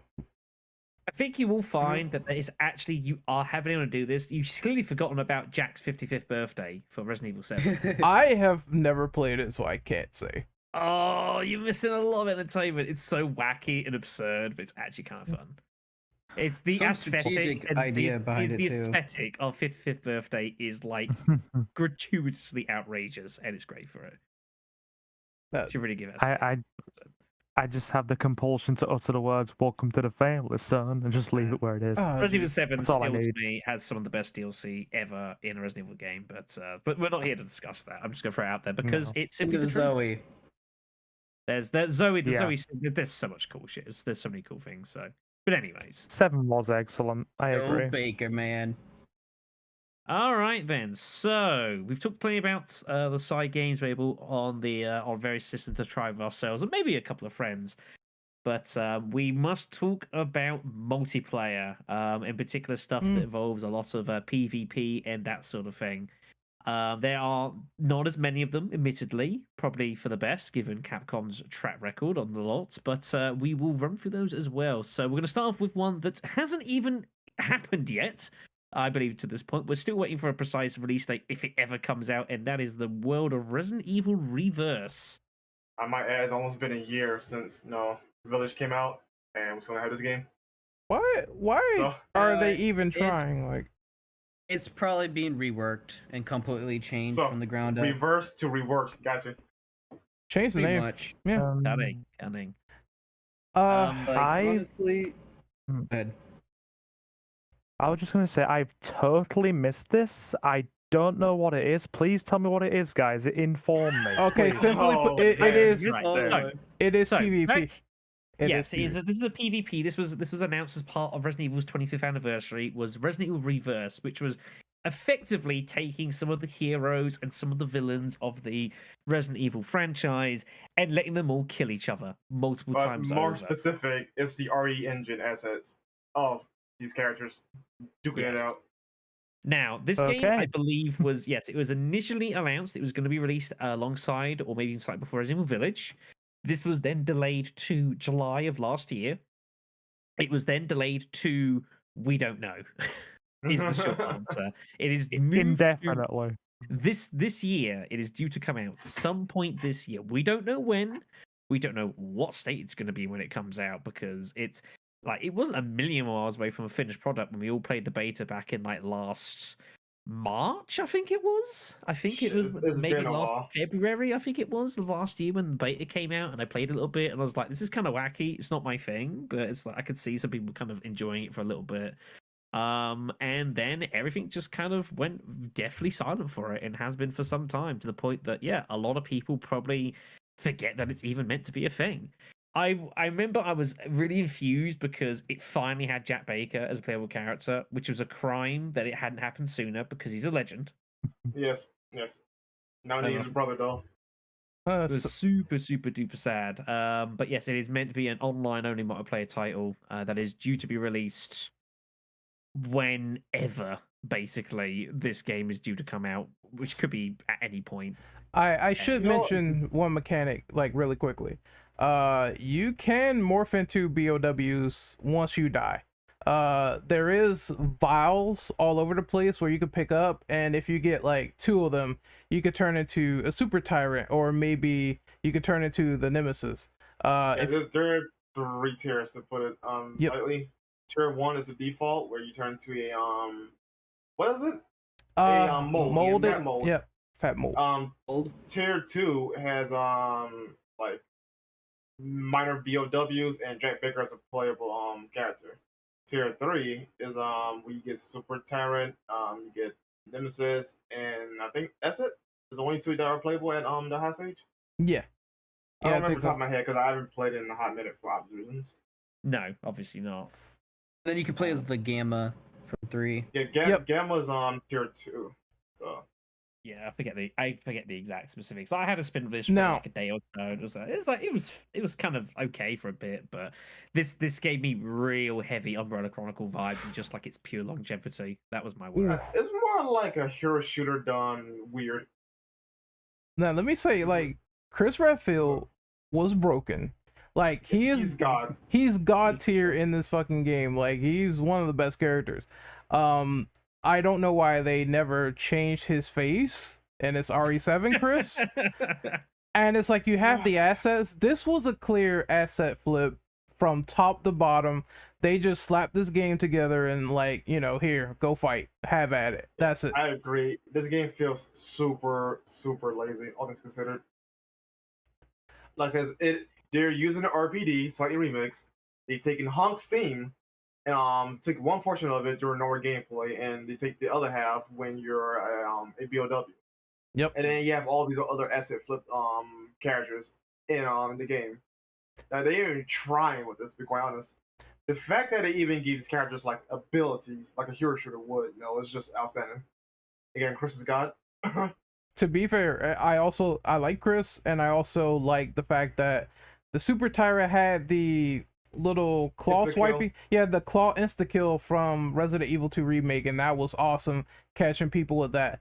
If you are a PvP god, you might like this game. But if you're the type of person that doesn't like laziness, if you like fleshed out single player RE, if you don't like asset flips, or sometimes there's weird bugs too in that game as well, from what I noticed, you will not like Reverse at all. Honestly, the biggest thing that kills the game really would be the bad hit registration.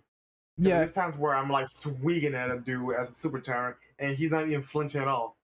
Like, it's fucking ridiculous. Hammerhand Chris also has moments where he completely with someone and he's like dead in front of them and hitting them, and I'm like, what the fuck happened? Pretty much. I think the biggest damning indictment of this game is the fact that even now it still does not have its own Wikipedia page. May God rest its soul.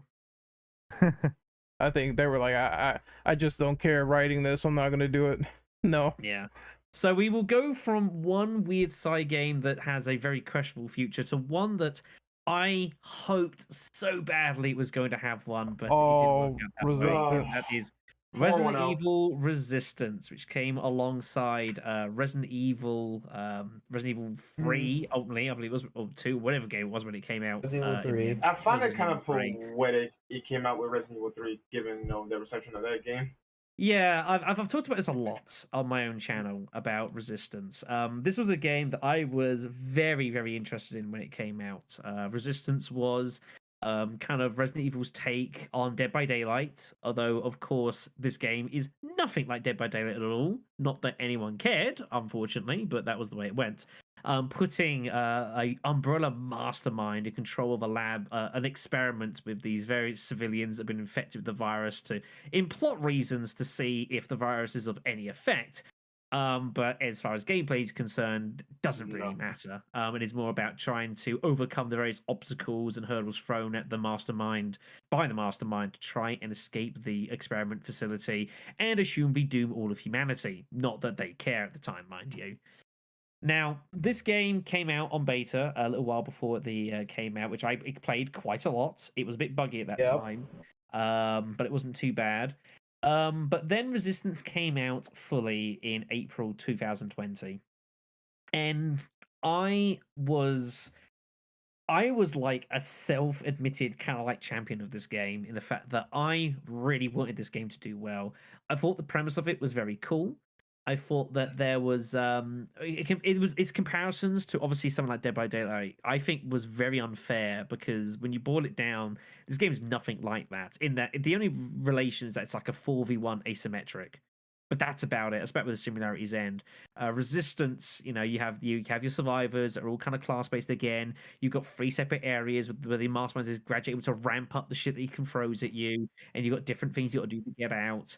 The problem with Resistance, and I've always talked about this, is that Resistance was too complicated for its own good. I think one of the reasons that Dead by Daylight has survived for so long is that at its base, at its pure base value, it's a very simple game. You've got 4 people that are all the same. You've got a killer with various abilities, and you've got to activate generators and escape and avoid combat. And it's a bit of chase work.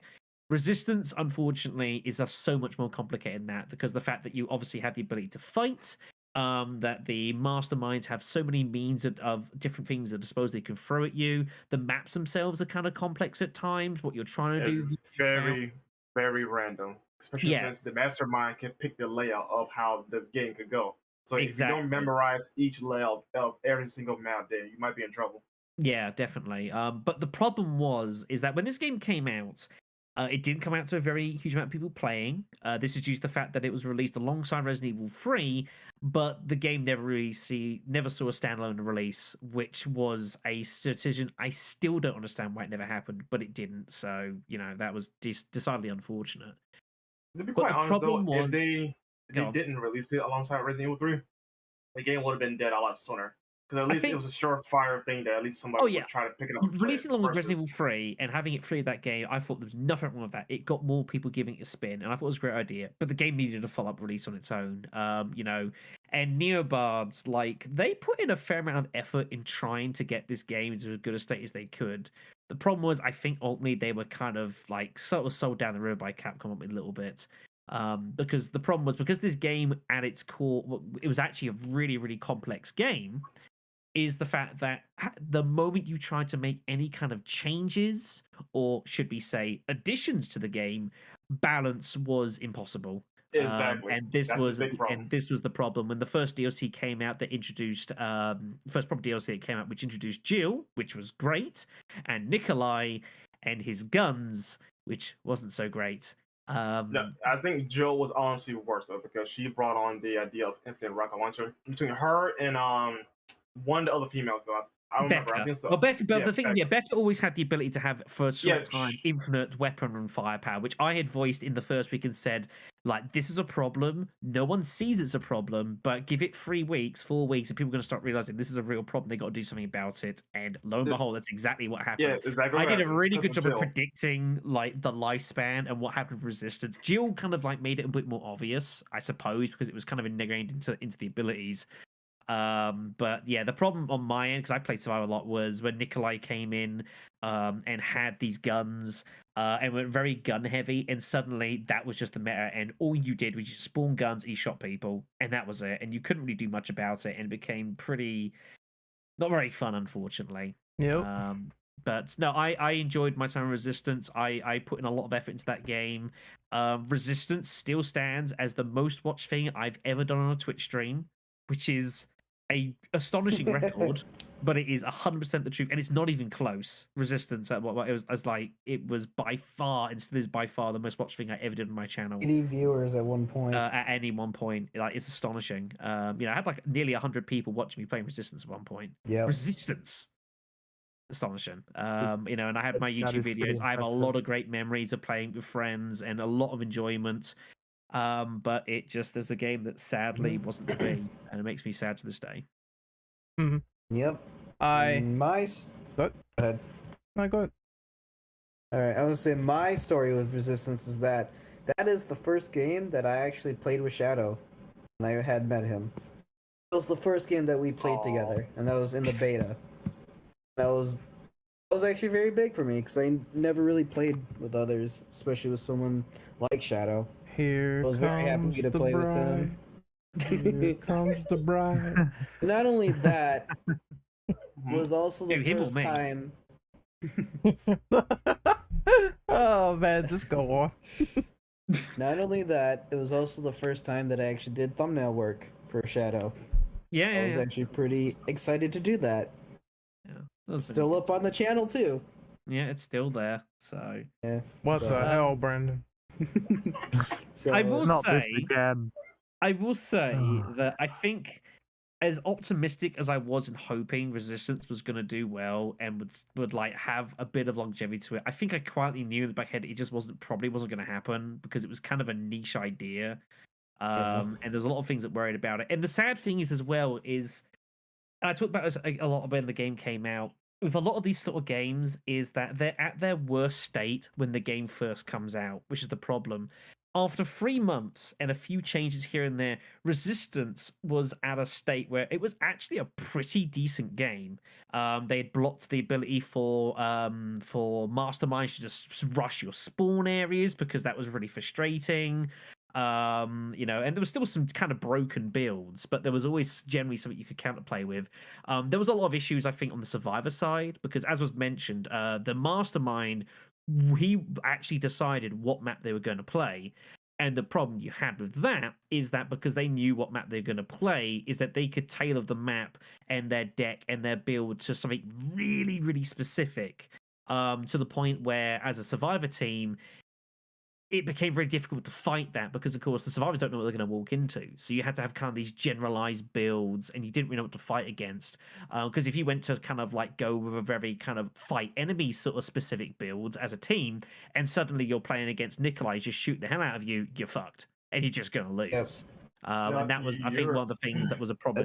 That's why you always had a Martin who could disable mines, blind bosses.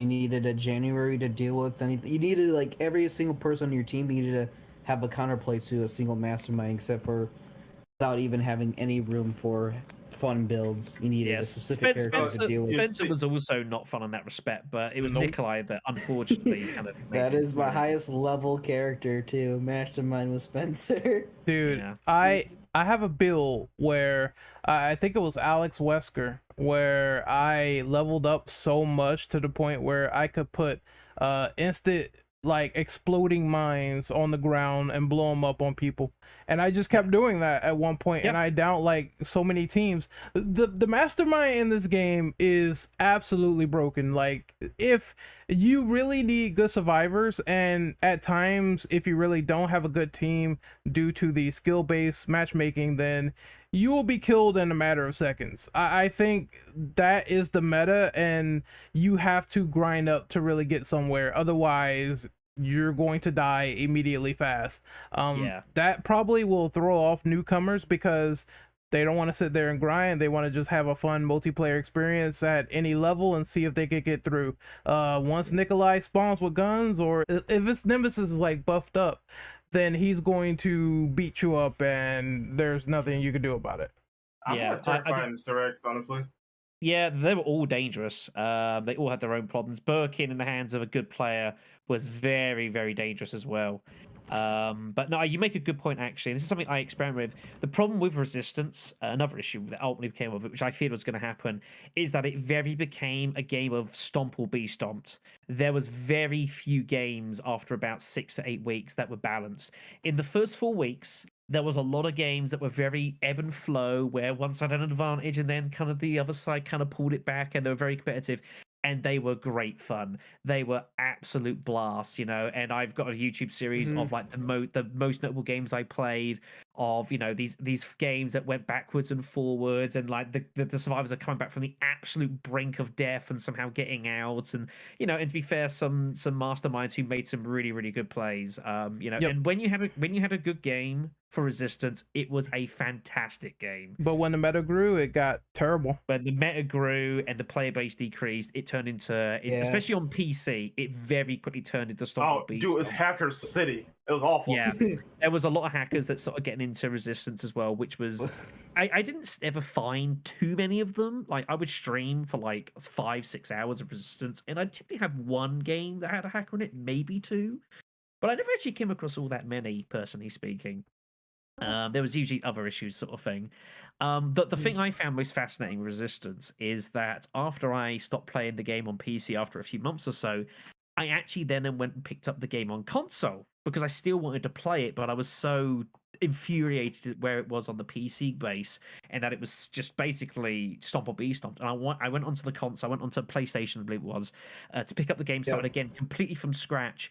And it was almost like I was playing the game from scratch again because it was such a far more casual sort of atmosphere. There was still some very strong builds, but you didn't have like these PC people, these keyboard and mouse people just making guns and just shooting people from ridiculous angles constantly, and there's nothing you could do about it. You had, it was a much more balanced affair, and it was a much more enjoyable experience on console. I wish I can agree with you, but I just realistically cannot because the matchmaking is so garbage that I literally paired up with level 300 or whatever the high level is. Yeah, Well, that's what When happened I'm to on me. level 2. Yes, so this is something that's true. However, I will back for this game. How do you do a good matchmaking system when you've got a player base of, say, 1,000 people? Ain't my fault though. No, Ain't my it's problem. not your fault. But to be fair, you could have the best matchmaking system in the world, but if you haven't got the player base for it, it doesn't matter how good your player base, how good your matchmaking system is, because it just can't work. The game needed more people. If it had managed to keep hold of even a few thousand people playing the game at any one time, it would be a completely different world, and I might still be playing it. Here's the And thing. I have a everything counter argument for this actually. The game did have players on it though. I can promise you that much. When I it played did, day yes. but the problem is though, like the shortcomings of the game killed it itself, right? The matchmaking was Yeah, part of the problem. the PC That's was 1,000. PC was kind of, it didn't do at all well. On console, it had a decent player base for a fair while, and I think persisted for a bit.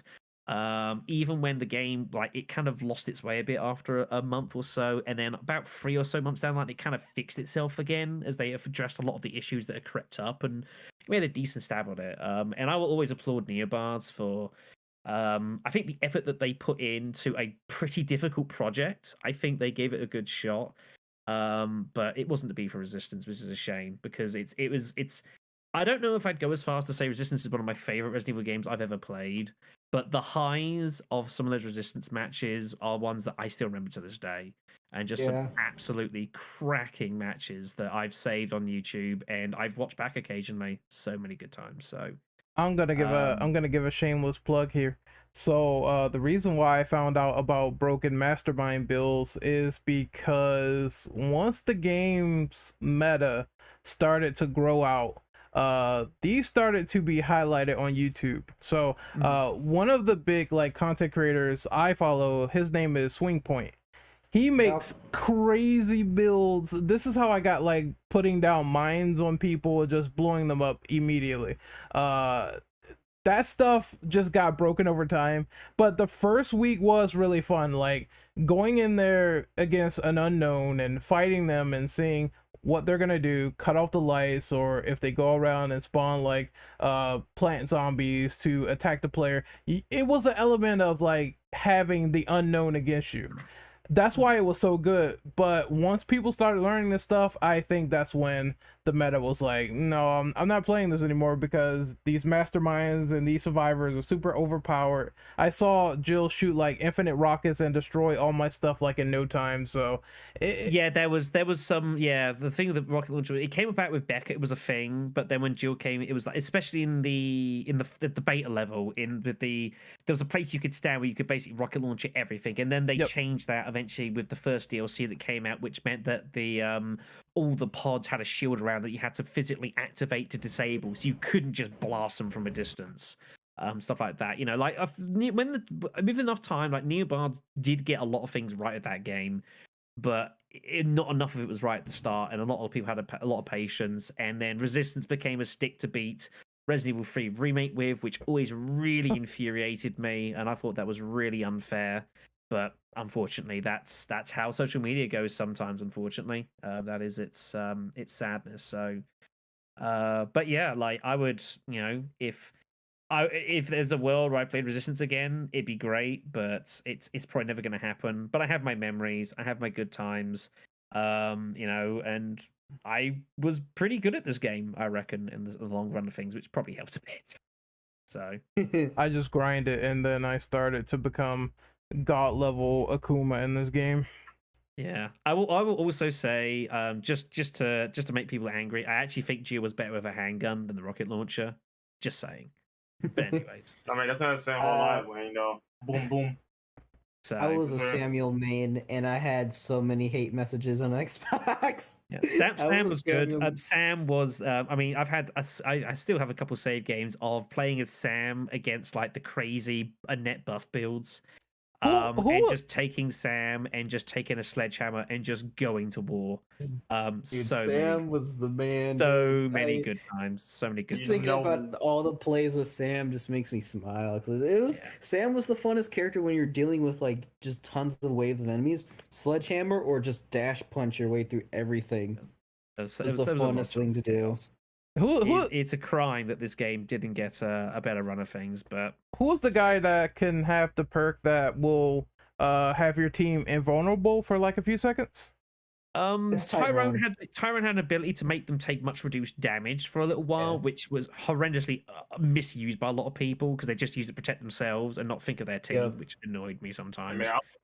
Yeah, very strong too. Like boss hits would only take you down to caution after like a couple hits. When with the defense though, you would stay in healthy for a long time before going down to caution. Yep, that was my Especially if you main. had healing buff stuff. Strong black man. That was my main. His kick, the amount of people I saved from like head crushes from like the Tyrant with Sam's kick or Tyrone's kick is just like too many. Some great moments. And Sam's punch was able to stun some bosses as well. Oh, If you had if it criticaled, which Sam had a high critical if you gave him the right perks. Yeah, potentially so. And it made his dash punch so good. All right then, I think that's probably plenty for a game which I do obviously dearly miss. We're already an hour and a half in. Yeah, that's where it goes. So there's a lot of side games. Oh, sorry, go on. I just have one question at the end of all this. Like I was saying in the chat box a minute ago, don't do a lot of multiplayer stuff, but like unless it's Final Fantasy 14 or Tekken, not so much. But yeah, as I've seen some of it though, I've seen people playing it despite not having played it myself. Would any of you guys say there's weight to the argument? Because I did hear this going around when Resistance came out, obviously alongside 3, that it was also a value-adding prospect to pad out 3 on account of its short length. I did hear that going around. I think this is a myth. I think this is a myth. I'm pretty sure that was said by one of the producers. I think yes. I think it's one of those things that there's probably some degree of truth to it. Because ultimately, Resident Evil 3 was a little bit shorter than what it could have been, but obviously they knew on the side that there was going to be resistance. It's probable that they had a slight thing, but the internet blew this all out of proportion, as the internet does with everything. And that's the only thing I would say for it. There's probably a bit of a truth to it, but in nowhere to the extent that the internet would make you believe. Who, of course, told you that Resident Evil 3 Remake was the worst Resident Evil game in history. Oh no, there's worse REs.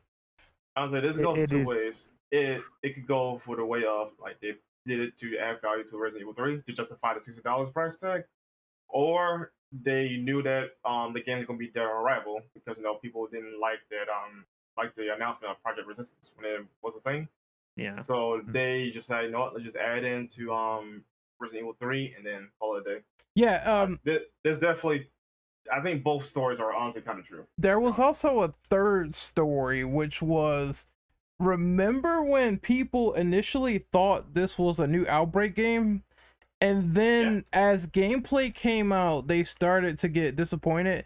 That also happened in the middle of it, where that mistake sort of led to more hate on that game, which, I remember all of this. People say, just make Outbreak File 3. I'm like, well, I don't know if they're ever going to do Outbreak File 3. This is probably as close as you're going to get.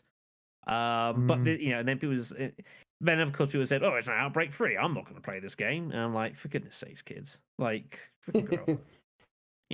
This isn't necessarily what you want, but can still be a fairly solid title, and it could still be a lot of fun, which it was, I think, for the most part. So, but yeah, I remember that there was like, just make Outbreak File 3. It's not like they haven't been saying that, for years. But I think I think at the point now that obviously if they're going to do Outfile 3, they're probably either already doing it or they're not doing it at all. We'll talk about this later. Yes. One less notice though, Capcom is also to fault for this though, because we've seen the same situation again with Dino Crisis though. But I'm gonna leave that alone, right? When you see so many leaks and domain stuff involving Resident Evil Outbreak though, that generally speaking will point to a sign of that particular IP is gonna come back, right? So when we got this well, I want to call it bait and switch, right? Because just know you would have known. I can understand the frustration that fans have, because we've been asking for this for years. Like, give us Outbreak again, give us Outbreak File 3 or whatever you want, right? And yet they keep on giving us this minutia, So I can't just say no, it's fake outrage, like it's being said here though. I understand the frustration because I think people can take it out the wrong way. Yeah, I think. And I think I will certainly. Sorry. I will certainly come to bat just quickly and say, despite my gripes, which I did mention during our Resident Evil 3 podcast, 3 Remake is not the worst Resident Evil game by a country mile, and people with that opinion need to stop. Yeah, I couldn't bring myself to watch any of these videos because it was just seeing people some people saying and suggesting that it's just they have no idea what they're talking about. I have played Gaiden. It is not as bad. Yeah, I think just the release windows and just how everything correlates together. And I read a leaked Capcom document about how they even thought of calling this Project Outbreakers, which would have been worse if they called it that, because then people would have definitely said, is this Outbreak or not? Like, what's with the name before they changed it to Project Resistance? Yeah, there's definitely it gives an expectation, and it's nothing like Outbreak. It was quite a unique little IP, if anything. There's very few games that are very much like Resistance, so there was a novelty to that. So, but people are going to draw comparisons because they can, whether they're correct or not. So, well. I mean, honestly, it happens. So, whether we like it or not, though, comparisons are going to happen. The internet is a terrible place. That's all I can say. So moving swiftly on. Moving on. Let's get after that topic of discussion. So next thing we'll talk about is just a quick glimpse into sort of little multiplayer side games that a lot of the mainline titles had. So the likes of Resident Evil Mercenaries, Survivors, Raid Mode, all the modes available in Resident Evil 6, which there's too many realistically probably to count. Have been delved upon. Obviously, Mercenaries made a sort of semi-quasi return in Resident Evil Village as well. Stuff like that. Any particular thoughts on those sort of things? Things that stand out for you that you remember? Agent Hunt, it always gets talked to me about as people that really enjoyed it, but I was too late to the party, so never got a chance to give a spin with it, for example. Okay, real quick. I'll make this simple and quick. The only ones that are worth a damn is Mercenaries and Raid Mode. I don't give a shit about the other ones because I think it sucks, especially given that during our Resident Evil 6. I'd rather play in a different game, so I don't have high favorable opinion on those game modes. But yeah, there's either Raid Mode or Mercenaries, and I really don't give a shit about anything else from that list. Okay, so I play Survivors, and for what it was in RE5, I am one who enjoyed it. I do think there is better PvP games out there in terms of multiplayer, and the stop and pop in Resident Evil 5 for fighting other players was a bit cancer, but overall, I mean, I got my trophy for that. I got my platinum, so I'm quite happy about getting the 100%. I liked Mercenaries. I like Raid Mode. Onslaught was cool where you could send the enemies on the other side, but I can understand that's like a novelty mode, so it's not gonna last long or anything. It's not like it's something super competitive. And Predator was dope. Like chasing people as the Ustanok was cool. I just feel like Mercenaries is the one that's like a cut above for making competitive, because it was cool when it was in Resident Evil 4 and then they took it and then they put in co-op so you could play with like your friend and fight against the environment, and that appeal was so lasting that they kept updating it over and over. So we had Mercenaries Reunion, we had I remember it was in RE3 as well, but they changed the entire meta for it was RE4. Different concept. They revamped it for 4 and just went to the races with it. It's what we know it today, basically. And then 5 was like, they are taking this from 4 and they're amping it up and putting in, you know, you can play with your partners and everything else. So I think that was awesome, that they decided to have that long-term meta game. But yeah, it's cool. Like, I just wish that they didn't neglect it so much. And even when it was in 7, it's admittedly some of the same concepts, but they differ in places because some of the maps are way harder. Now they have power-ups, and part 2 of the maps were cancer. So it's, You mean Village, right? yeah, You said Village. Yeah. I think this is one of the fascinating things, especially when it comes to mercenaries, which is kind of one of the ironies of the series, is that Resident Evil, especially lately, have had so many attempts at trying to make these PvP titles because the feeling is, well, people like being in competition with another, which people do, you know, people enjoy that. But being in competition with your friends doesn't necessarily mean you're fighting them. It can happily mean that you're co-oping against the environment and just trying to outdo one another and outpace one another, or set the highest score or whatever else. I think this is where Mercenaries is so just hit every sort of mark, because it was fun. You know, if you wanted to just do it just to beat the shit out of the undead, it was great. But if you wanted to like challenge yourself to get a better score than your friends and all kind of like say, oh, I'm the best at this stage, then you had that as well. You know, it didn't have to be about, you know, you both being in the same map and actually trying to kill each other, because Resident Evil has demonstrated on many occasions that it's pretty terrible at actually trying to do that in a way that's generally enjoyable. Its strengths is when like people can be kind of like competitive with each other, but are still on the same side and still trying to go for the same common goal. Yeah, like And I agree with that. Mercenaries It- is definitely where I think it's shown that, and it's survived for years. Like if they ever go for another competitive thing though, like involving mercenaries though, it should be just like, okay, get a higher score or get more kills or whatever category than your friend, and then move on, right? Instead of just doing like what they're doing with the other PvP titles, because honestly they cannot make a balanced RE title. They've proven time again they can't do it. There's a reason when they brought back Mercenaries in RE4 and they totally revamped it and changed it from the ground up, that it hit and that people enjoyed it. And then Resident Evil 5 came and they kind of tweaked it a little bit, and then they brought on cooperative mode for it.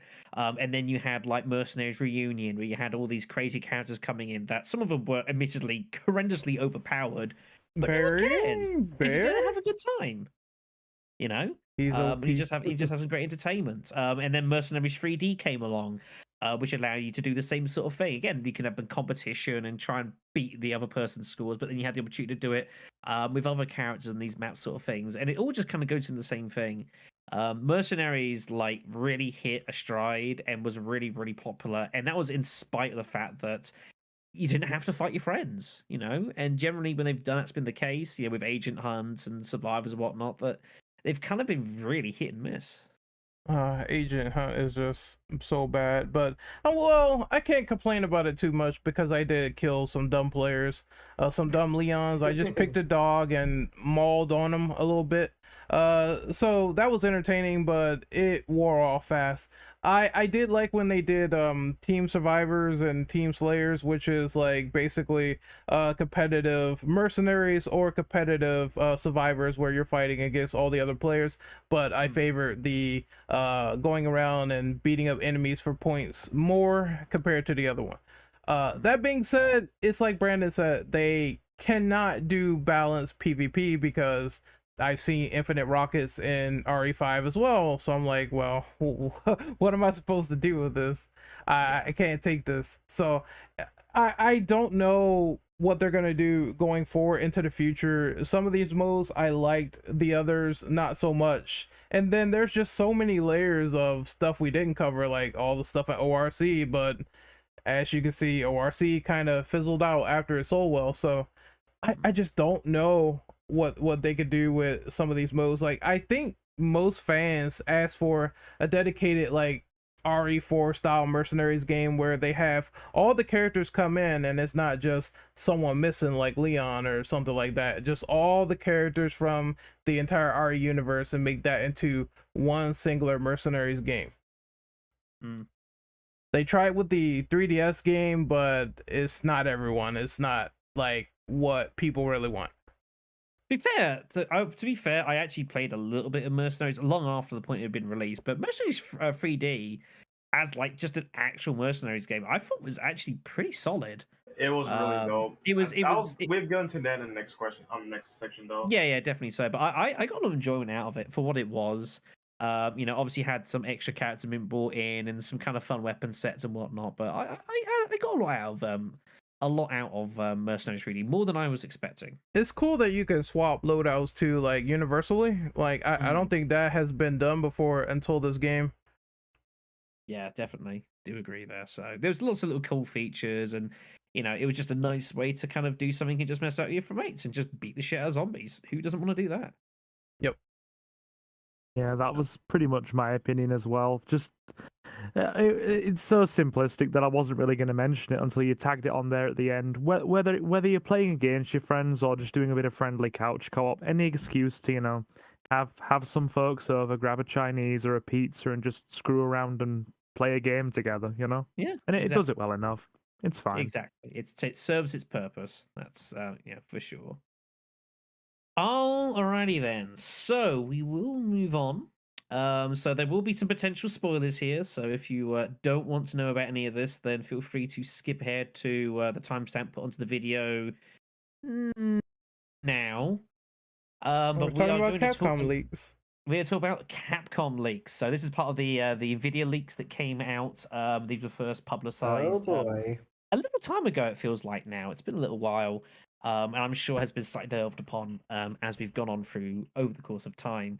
But of Resident Evil titles that are either slated to possibly be released or might be imminently announced. We don't necessarily know. And we will go down the list here as we've got them. So we're going to start off with Resident Evil Hunk. Which is not one I'm actually particularly well versed in. I'm sure someone here can cover this one. So just like Brandon said, it seems like a Hunk solo game, which I mean it is something that people wanted, and I don't think that Capcom's I don't think their development history is like been privy to Hunk, because he supposedly was going to be in Revelations 1, then they cut him, and then he was supposed to have another game as well. And then they just one life cycle. It was supposed to also have more of his team and the UBCS and Outbreak, but that didn't happen, so that's why people want Outbreak File 3. So they cut that down and they didn't do that. So this is why people want a solo Hunk game, to see more of his side of the story, what happened after Raccoon City, and going from there. I think it's fine for what it is, but there is that thing where like Hunk is enigmatic character, he's mysterious, he's the guy in the shadows, so how can they flesh him out? I don't know, but I guess it will be something that we would be privy to and seeing if it happens. It feels like a bit of an if, though. I don't know. I'm a little speculative on this one. Personally. Yeah, I'm skeptical on this one as well, but I do want it, because if they can make it work, if they can go into Hunk's background and make him a fully fleshed out character, like what is his motivation? Maybe I don't think they're gonna tackle the idea of him not dying or whatever. I think that's gonna be like a mysterious sort of thing in the background where it's like, I'm just too good and this can't happen to me. It's too badass to die, and I agree with it. Yeah, people call him Resident Evil's Boba Fett, but I guess even he got his own series, so anything can happen. I mean, I was gonna say John Wick, but okay, that could work. I mean, that'd be cool. That's funny. All right then.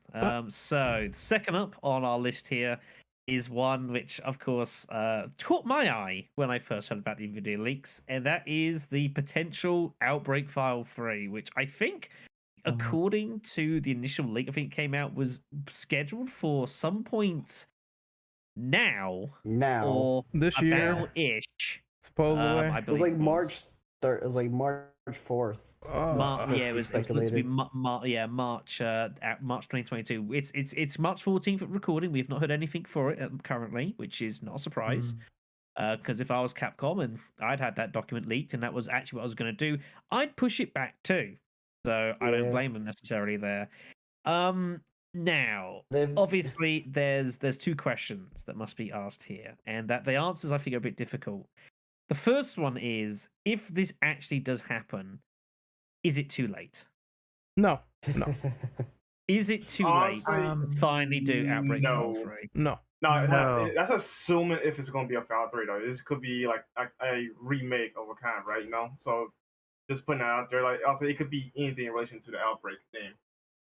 But I don't think it's too late. Personally, no. Because it's something that people want. They want a cooperative, Resident Evil title, right? Just as long as Capcom play the cards right, Joe, this game can be a success. Just Capcom is the worst enemy when it comes to the kind of stuff. Yeah. Funny enough, I remember actually when I first got my hands, when Remake 2 came out back in 2019, I think it was, and I was spending some time going through the Ghost Survivor stuff.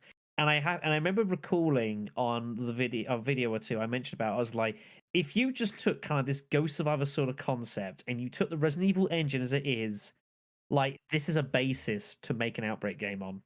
Just with how it looks and kind of, with people kind of cooperating a little bit, which ultimately is kind of slightly what happened in Resistance, because it was kind of obviously used with the engine, but it wasn't quite the same. But I remember even marking back then, I was like, you could use this engine to make an Outbreak game, and it would be potentially really good. However, this leads me then to my second question. Can this game actually satisfy people upon release? Or are people just going to be like, oh, it's Outbreak finally, and the expectations are going to be there, and it's not going to be quite what they expected for whatever reason, and they're just going to absolutely dunk on this? Realistically, no, you won't go satisfy everyone because that's impossible thing to do. But if they can satisfy the majority, or at least enough people that this game will stay alive for, like, honestly, 6 months. Because gamers' attention spans are like really slow, really bad. Current year, so like, so long as you do enough to keep the interest up. No, the problem is I've got though is I don't necessarily know what, like, you say obviously it's satisfying most people, but I'm not even sure what most people actually want from Outbreak now. As weird as the questions that might seem, like, I mean, we say, oh, just make Outbreak File 1 and File 2 sort of style, but it's not quite that simple nowadays. No, That's I don't think that if you were to release this, say for example that you just said Outbreak 1, Outbreak File 2 style, right? Yeah. As much as I personally would want that a great deal, and I'm sure a lot of Resident Evil diehards would want that, would that accommodate a more mainstream audience, and would Capcom be prepared to do it? Sadly, I don't think so. This is the thing, as we've obviously viewed with many of these games, a lot of these sort of titles tend to sort of cater towards whatever the current trend is in gaming sort of thing.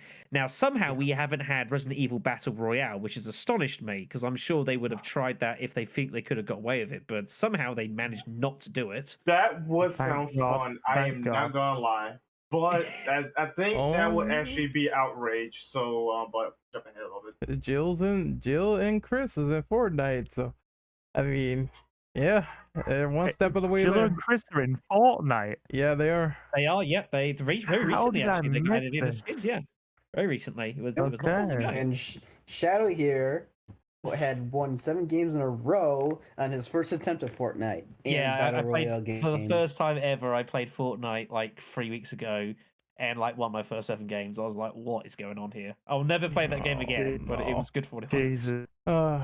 It was a crazy stream. At But first, no, I mean, the stream was the first time I'll win, I'll end the stream, till the first time I'll lose is when I'll end the stream. yeah, it was just a bizarre one. But yeah, obviously, if Outbreak did decide they were going to come out and actually do an Outbreak File 3, obviously, I'm going to be waiting at the door. I'll be pre-ordering. I'll be doing all sorts of stuff on my channel because it's like the biggest thing I do on it. And I'll be obviously really excited for it.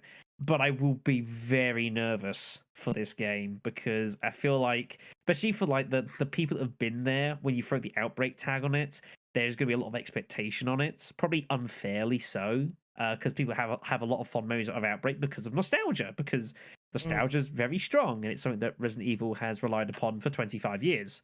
It's the way it goes. So, Good.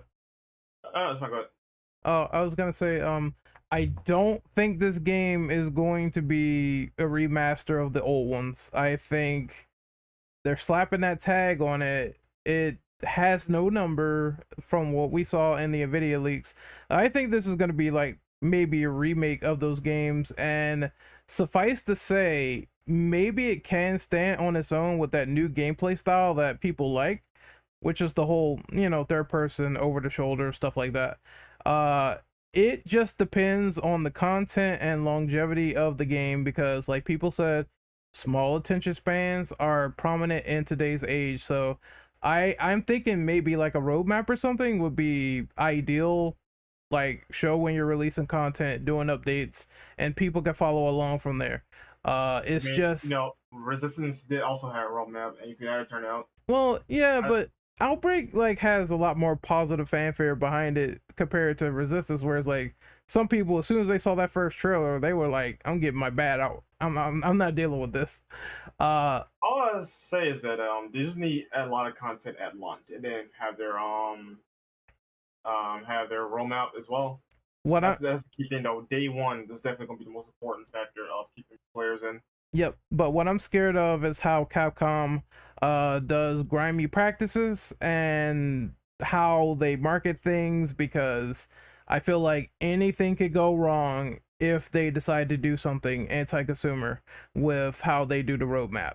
Like if they say, "Hey, this is going to be episodic," already I could tell people are not going to like that. But they could do it. Capcom is their worst enemy, though. It's like simple as that. Yeah. I share that skepticism, but it's not like they haven't brought it upon themselves by at times being dishonest. Yeah. Yeah, they are their own worst enemy. So it's just a wait and see affair. I'm excited once I saw it, and I guess I'm like, well, we'll see what happens. I'm just hoping for the best. Well, and so do I. If it happens, it's another one where I really hope it does well, but I am nervous and fear for what might happen, because the internet can be a pretty unforgiving place, as it demonstrates pretty regularly. And as I say, it won't please everyone if it comes out, because it just can't by nature.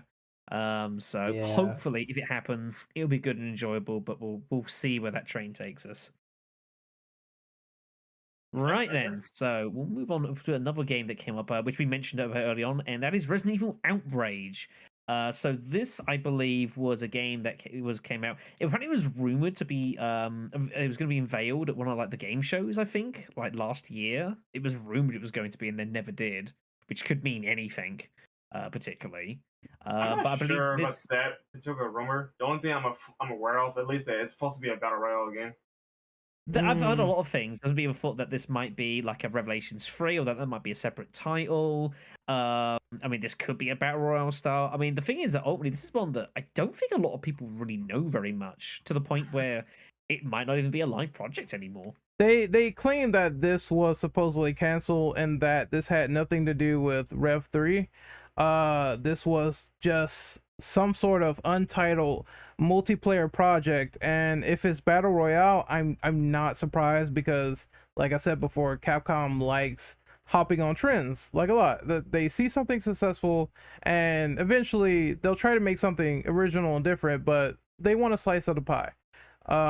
So if they did battle royale, I wouldn't be surprised if Outrage was just that, because they have done it for years. Like the main example is Umbrella Corps. That was MLG, just MLG light.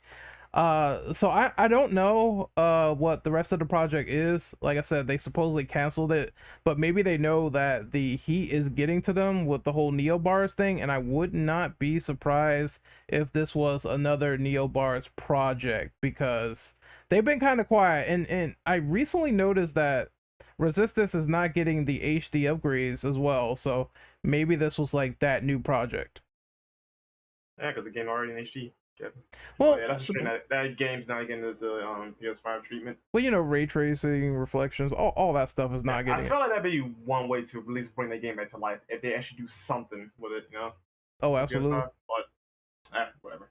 So here's a question to throw out then. If this actually does happen, and if this is a battle royale sort of style game, can it work? Jesus, you know what? Yes, I do think it can actually work because the premise already writes itself. Imagine like dropping it into like a biohazard zone. Let's say just for shits and gigs. Say you're dropping it into Raccoon City or you leave in certain areas, right?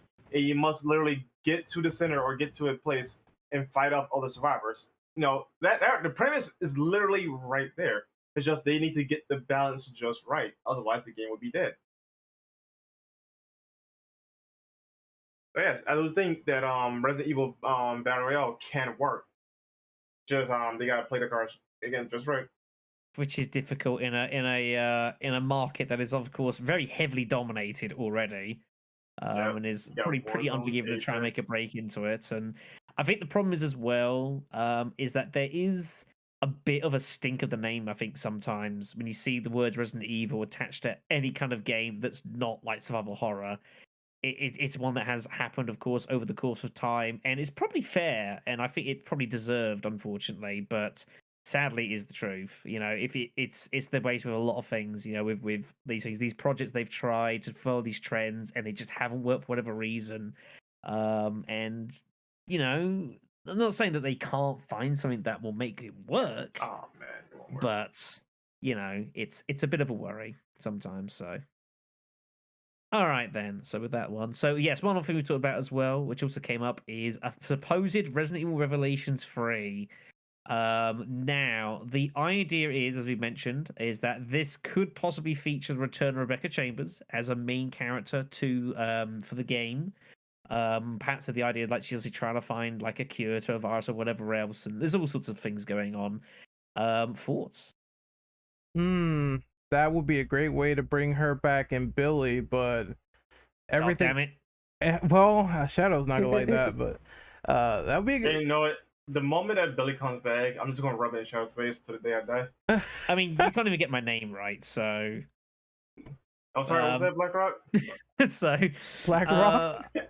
I've got no issues with Rebecca, to be fair. Like, I've always felt Rebecca is like, there's a lot of opportunities to do kind of cool stuff with her. When she came back in the movie, I thought it was a nice touch because I think she's someone that can very easily sort of fill in that kind of like sort of side cameo role, and whatever else. And I think she's a likable character on the whole thing. Having her like possibly leading a Revelations title, I'm not saying no to that. I think it might be. I could definitely see it being a potential selling point. I could see it working. I gotta ask though, do you guys think that she can actually carry Resident Evil title? Because I know Zero's like the hit or miss game though, but in my opinion though, I don't think she can carry a mental like that. She gotta have a co-star that can help carry that game. Yeah, I think she's not going to be able to do it alone. But to be fair, Revelations has never been a title or a set of games about one person carrying the game. It's always been like a combination of stories. Revelation 1, you had like 3 intertwining stories, kind of all forming onto one spot, and then a history behind that as well. You're correct though, but in the case of Rev 1 though, the leading character, they call it a Chris and Jill game though, but realistically though, it's mainly Jill. It's mainly Jill. Like, yes, she's the selling point of that game. She is yeah, of course. We all came for the battle suit and then stayed for the game. But no, I mean, yeah, it's definitely. I'd say, yeah, she was definitely like the main focus of it. But there was definitely enough side stuff going along to kind of take your attention away.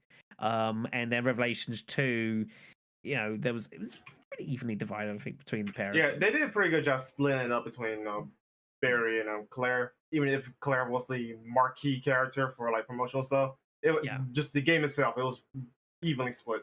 Yeah, definitely. So I think as far as Revelations 3, I think if they just made it, Rebecca, I think that's probably a bit too much, given that it's been a long time as well since.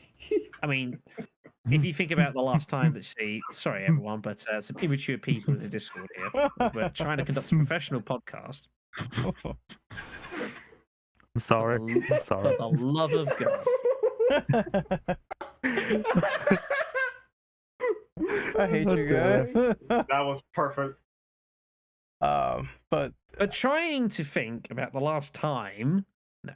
So yeah, I think Rebecca can definitely be there or thereabouts, but I think she will need someone else, whether it's going to be perhaps a new character. I think trying to get someone else in from the series, like also like having a side main role, I think's probably pushing it a bit. I think even with Revelations 2, like the whole Claire and Barry thing was like a bit far fetched, although it'd be obviously with Moira and having that was like a nice touch, but you can only do that once. So I think it'd probably have to be Rebecca and then someone new, I think, probably, I would reckon. Just not Billy, please. Just come on, kids.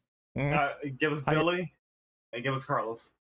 Okay, now that would be awesome. Like, what about Carlos would be good. Carlos would be a very interesting shout. I could see that. But no, if it is Billy Cohen, I might have to boycott the game.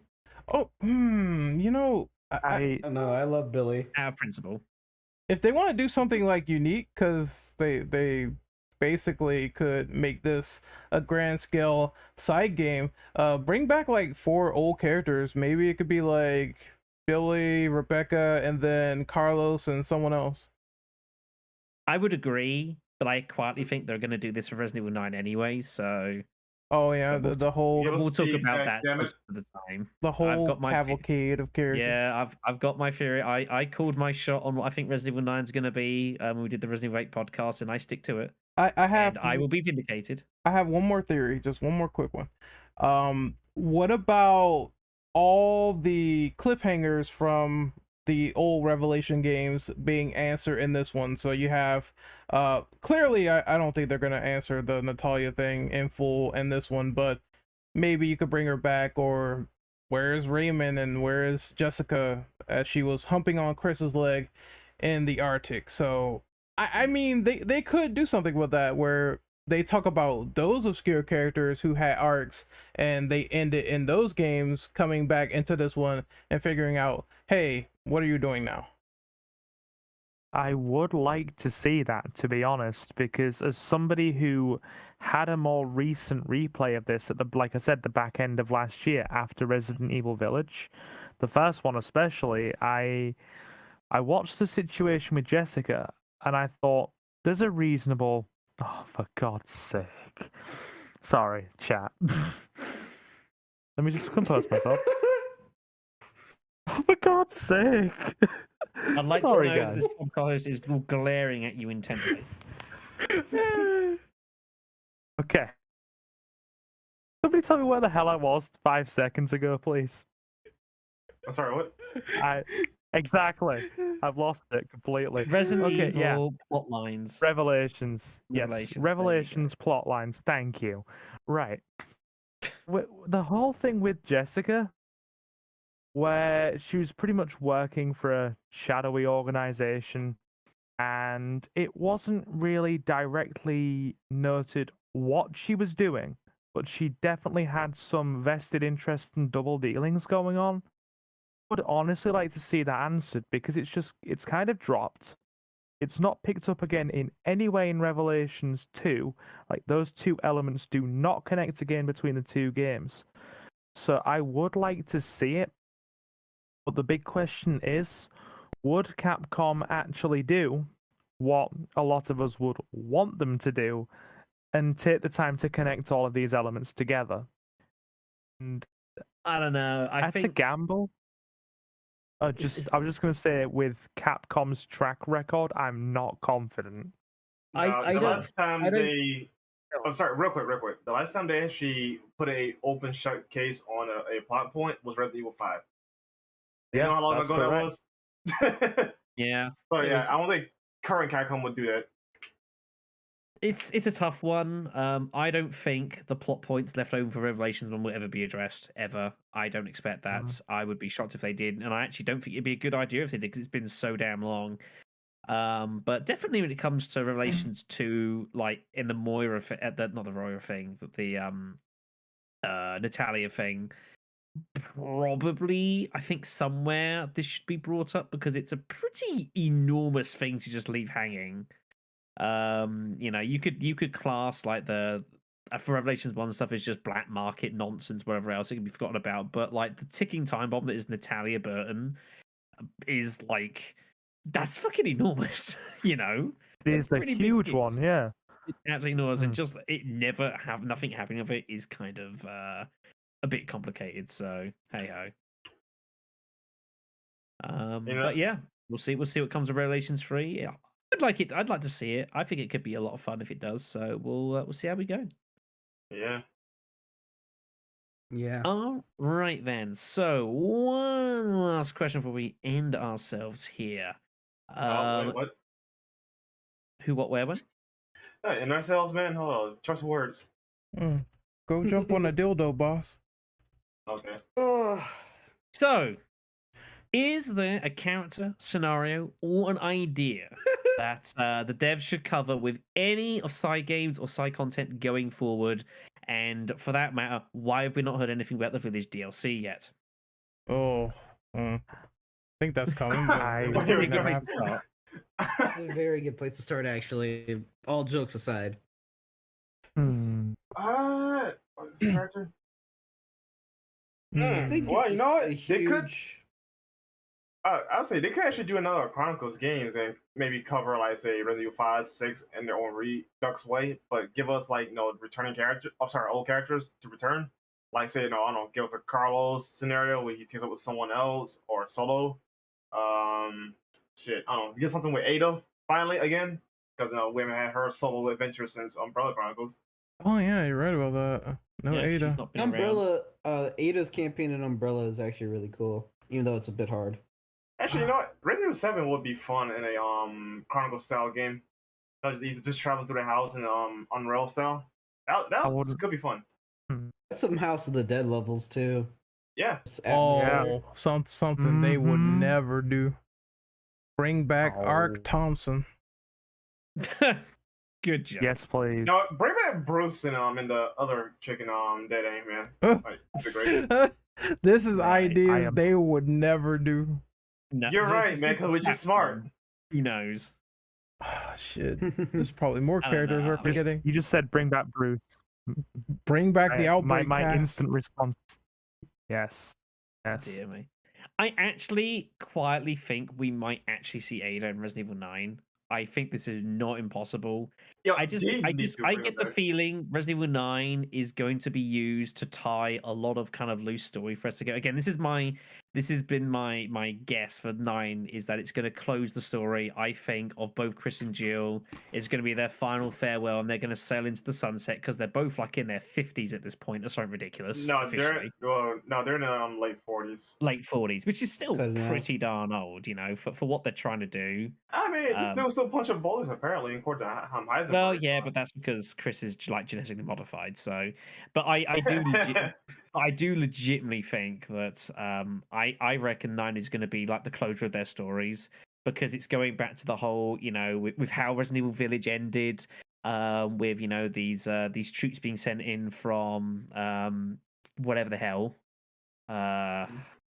the company, what are they called? It's BSAA. completely escaped me. Yeah, BSAA, and of course, like, oh my god, they're actually always fucking, Europe. yeah, they're not what they should be.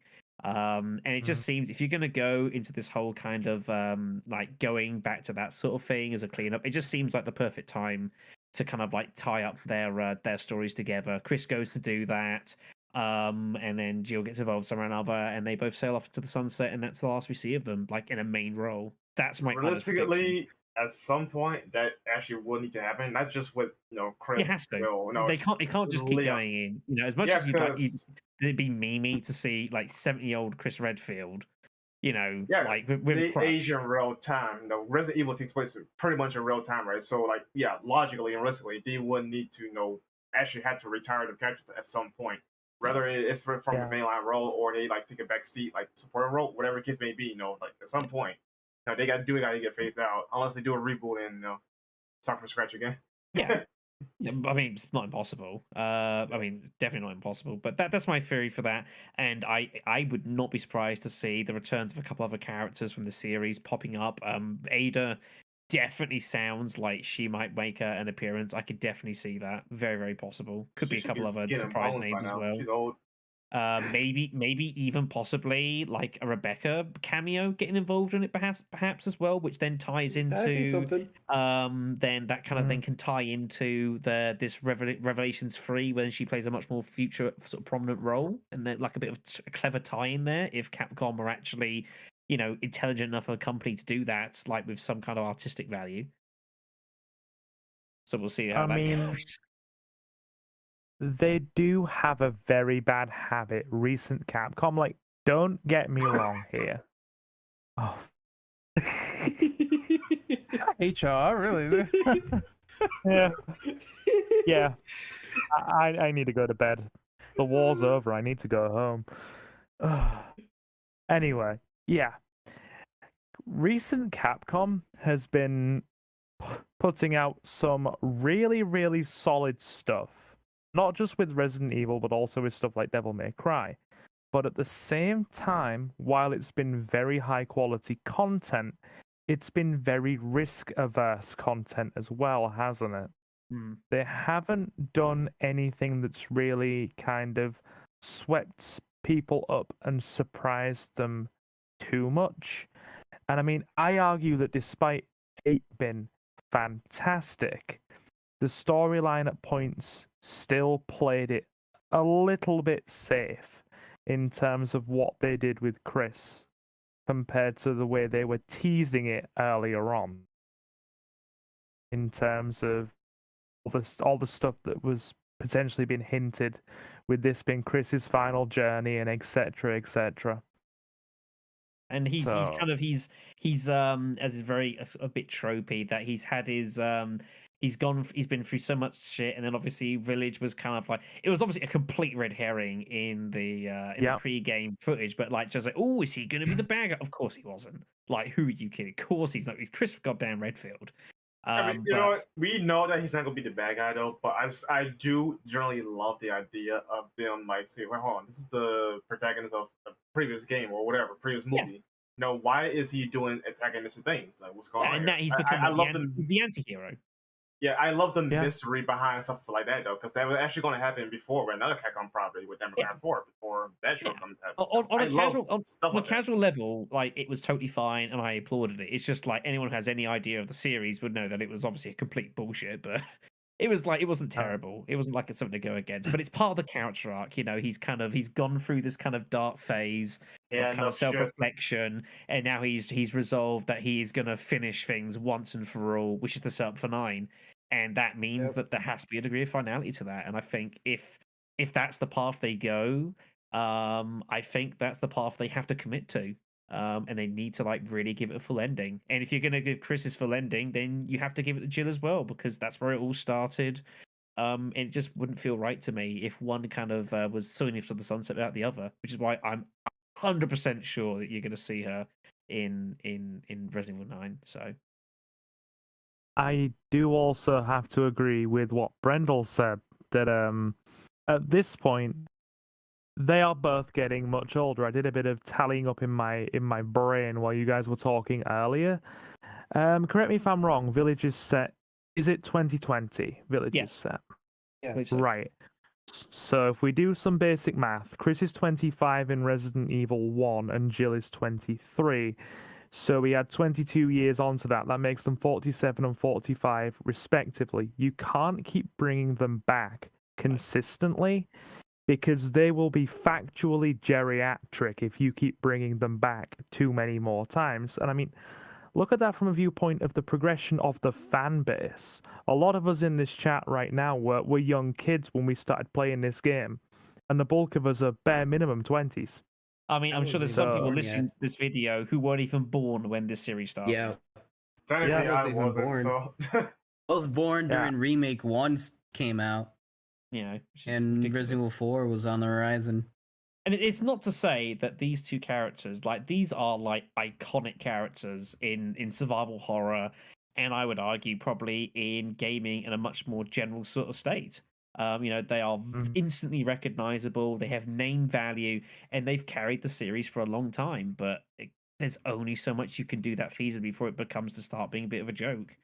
And you have to be bold enough as a company to like accept and be brave enough to know when it's time, and when it's time to lay down, they need to lay down, probably together in a bed in someone's weird fanfic or something, no doubt. But don't worry, cut that bit out. It's called Unfortunate. So Anyways, You Cold, I'm love. fucking hungry. I'm not We'll see how 37. things Fuck you. anyways, anyone else has got anything for this before we bring this one to an end? They will I never agree bring with back. a lot. They will never bring back obscure characters, so I know I won't get what I want. Sorry, Jake. Jake. Yeah, seriously, though. They Nothing didn't of bring him value back was already. lost. Well, No, bro, they should bring him back No. already, man. Like, imagine if he was part of Wolf Squad in Resident Evil 8. Like, come on, like that would have been great. Kind of poetic, working with Wesker's son. I'll dial it back because a few of you probably know I already have very strong anti-6 bias, which puts me in a difficult position because I've now promised to stream it for 500 subs and I'm nearly there. So I'm gonna have to do that. I blame you. shortly. It's just a I would play with you if I had the right Yeah. properties to play with. I mean, hey, I'm trying to basically base handgun only that game in come September. Like, I'm joining one of those campaigns. Fuck. That's for sure. that's gonna be a fun one, but we'll see how I'm it goes. sure it's I already possible, test- especially I- if you play as Leon. I tested it and it's rough. I'll give Yeah. it that. I've tested know it's- it on the hardest difficulty. Yeah. Oh, I know it's Well, gonna be hard rough. difficulty. Oh no, you're on that one, Chief. Yeah, no, it's gonna be Yeah. it's gonna be brutal, but it's like I know it's gonna be brutal walking in, but it's not my first crazy rodeo, so Cool. Honestly, we might have to do Chris and Pierce because that's going to be the most complicated one to do because you need to use Pierce's sniper rifle for a few sections. we'll work it out. Just one quick thing to add, since I sense we're getting right near the end here in terms of characters and things they're going to do. Sadly, one thing that I foresee them doing, if there's one character that will keep being brought back at least semi-consistently, probably long after several of the others have been retired, let's be honest, it's probably going to be Leon, isn't it? There's a high probability that it's going to be Leon. I would agree with that though, but given his appearance in the games lately, he's more likely to show up in the movie or CGI show than he is a game at this rate. Leon Yeah. is definitely more of a media figure than a gaming figure in this current time and age of Resident Evil. But The- that doesn't mean I wouldn't want him in other games. Because I'm a Give big it- Leon guy. Here's the thing though, given the nature of the games in the current plotline though, Leon wouldn't necessarily be a fit unless it's like something that's, how can I put it? Something that's super direct, it has 'Cause, something to like, do with the with United Resident Evil- States. Yeah, like with Resident Evil 4, for example, right now that involves the president's daughter, so that was a Leon job, right? And then you look at the like the other later medias, right? That involves something the White House or the president, So it has to be something in that realm of possibilities for Leon to get involved. Whereas, in Chris's case, for example, like he's part of BSAA, they deal with bioterrorism across the world, so he's going to be realistically everywhere, or at least some of his teams are, right? You know what I mean? Good. It's a very good point, actually. I didn't think about that. Yeah. And yeah, if you think about it, since 6, there really hasn't been, outside of various spin-offs and whatnot, any real viable reason for Leon to be dropped in somewhere, has there? So I'll take that point on board, yeah. Totally. This is why it's easier to write for Chris, because considering the BSAA handles worldwide threats, he could be anywhere at any time. It's a very convenient plot dice for him. There's no question about Yeah, that. essentially. Agreed. All right, then. I think that is probably going to do us then for this podcast. I think it's been a good delve into more games than there is. I forget how many freaking Resident Evil games there are sometimes, but it's been good to revisit a lot of them. Plenty of memories, plenty of good times, and an eye forward. So we will be starting to sign off then. We will start off with Mr. Renegade. All right, so you can find me on YouTube at Renegade Operative. You can find me on Twitch at Renegade_Operative, and you can find me on Twitter at RenOperative_. I have a lot to edit. I know a lot of podcasts to put up and a lot of commentaries, all that stuff. I'm working on it, so soon as I get the chance, I will put that stuff up, and we'll probably do like more horror movie stuff. And our RE movie reaction got delayed, so We're gonna be reacting to some terrible Resident Evil films very soon. Been delaying it as long as he could. Yes, because soon as we get past like Extinction, that's it. Like the quality just dies. It's over. It's over. All right. I would wait. Last chapter, the door, man. That fucking door. I didn't If you even use the watch door. that movie because I heard how crap it was. The final Didn't even movie watch actually it. wasn't the worst in the series. It wasn't the worst one. I'll stand by that. Oh, we will. Mr. see. Austin. Yeah. I'll take you. All right, I'm AK Austin. You can find me on Twitter under the same Twitter handle as my name. It was a blast here. I might be tired and hungry as hell, and so I will leave and get something to eat. So, peace. All right then. Silver. Not a problem. Yeah, guys, you can find me over on YouTube at Silver Gaming Network, and you can also find me on Twitter and now Metacritic as of today on Silver Gaming 01. Going to branch into a few more review things. We're also going to be doing a 500 subscriber live stream of Resident Evil 6, and I'm currently writing a review for the Nintendo Switch Triangle Strategy. So, all good. Hope to see you there. Thank you. Mr. Brandel. You can find me on Twitter at Immortal Brando, Twitch at Sir Brando.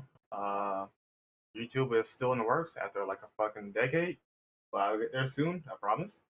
And yeah, Renegade is 64 years old, and have a great day, everyone, or night, or whatever time, day, evening, whatever it is for you. Shut up, you bitch. Nice. And you can find me on YouTube as well at Black Shadow 993. Also on Twitch at Black_Shadow_993 because someone beat me to it, the bastards. But yeah, I'm about to go on a vacation. And then when I come back, I've got all sorts of crazy shit lined up. A rerun of Resident Evil Gaiden, Return Outbreak, many poor life decisions that I'm making, but we'll come through it as we usually do. So it's been good. Hopefully everyone's enjoyed. Thank you for listening, and take care of yourselves. Stay safe, and we will see you very, very soon. Yeah, thanks, Black Rock.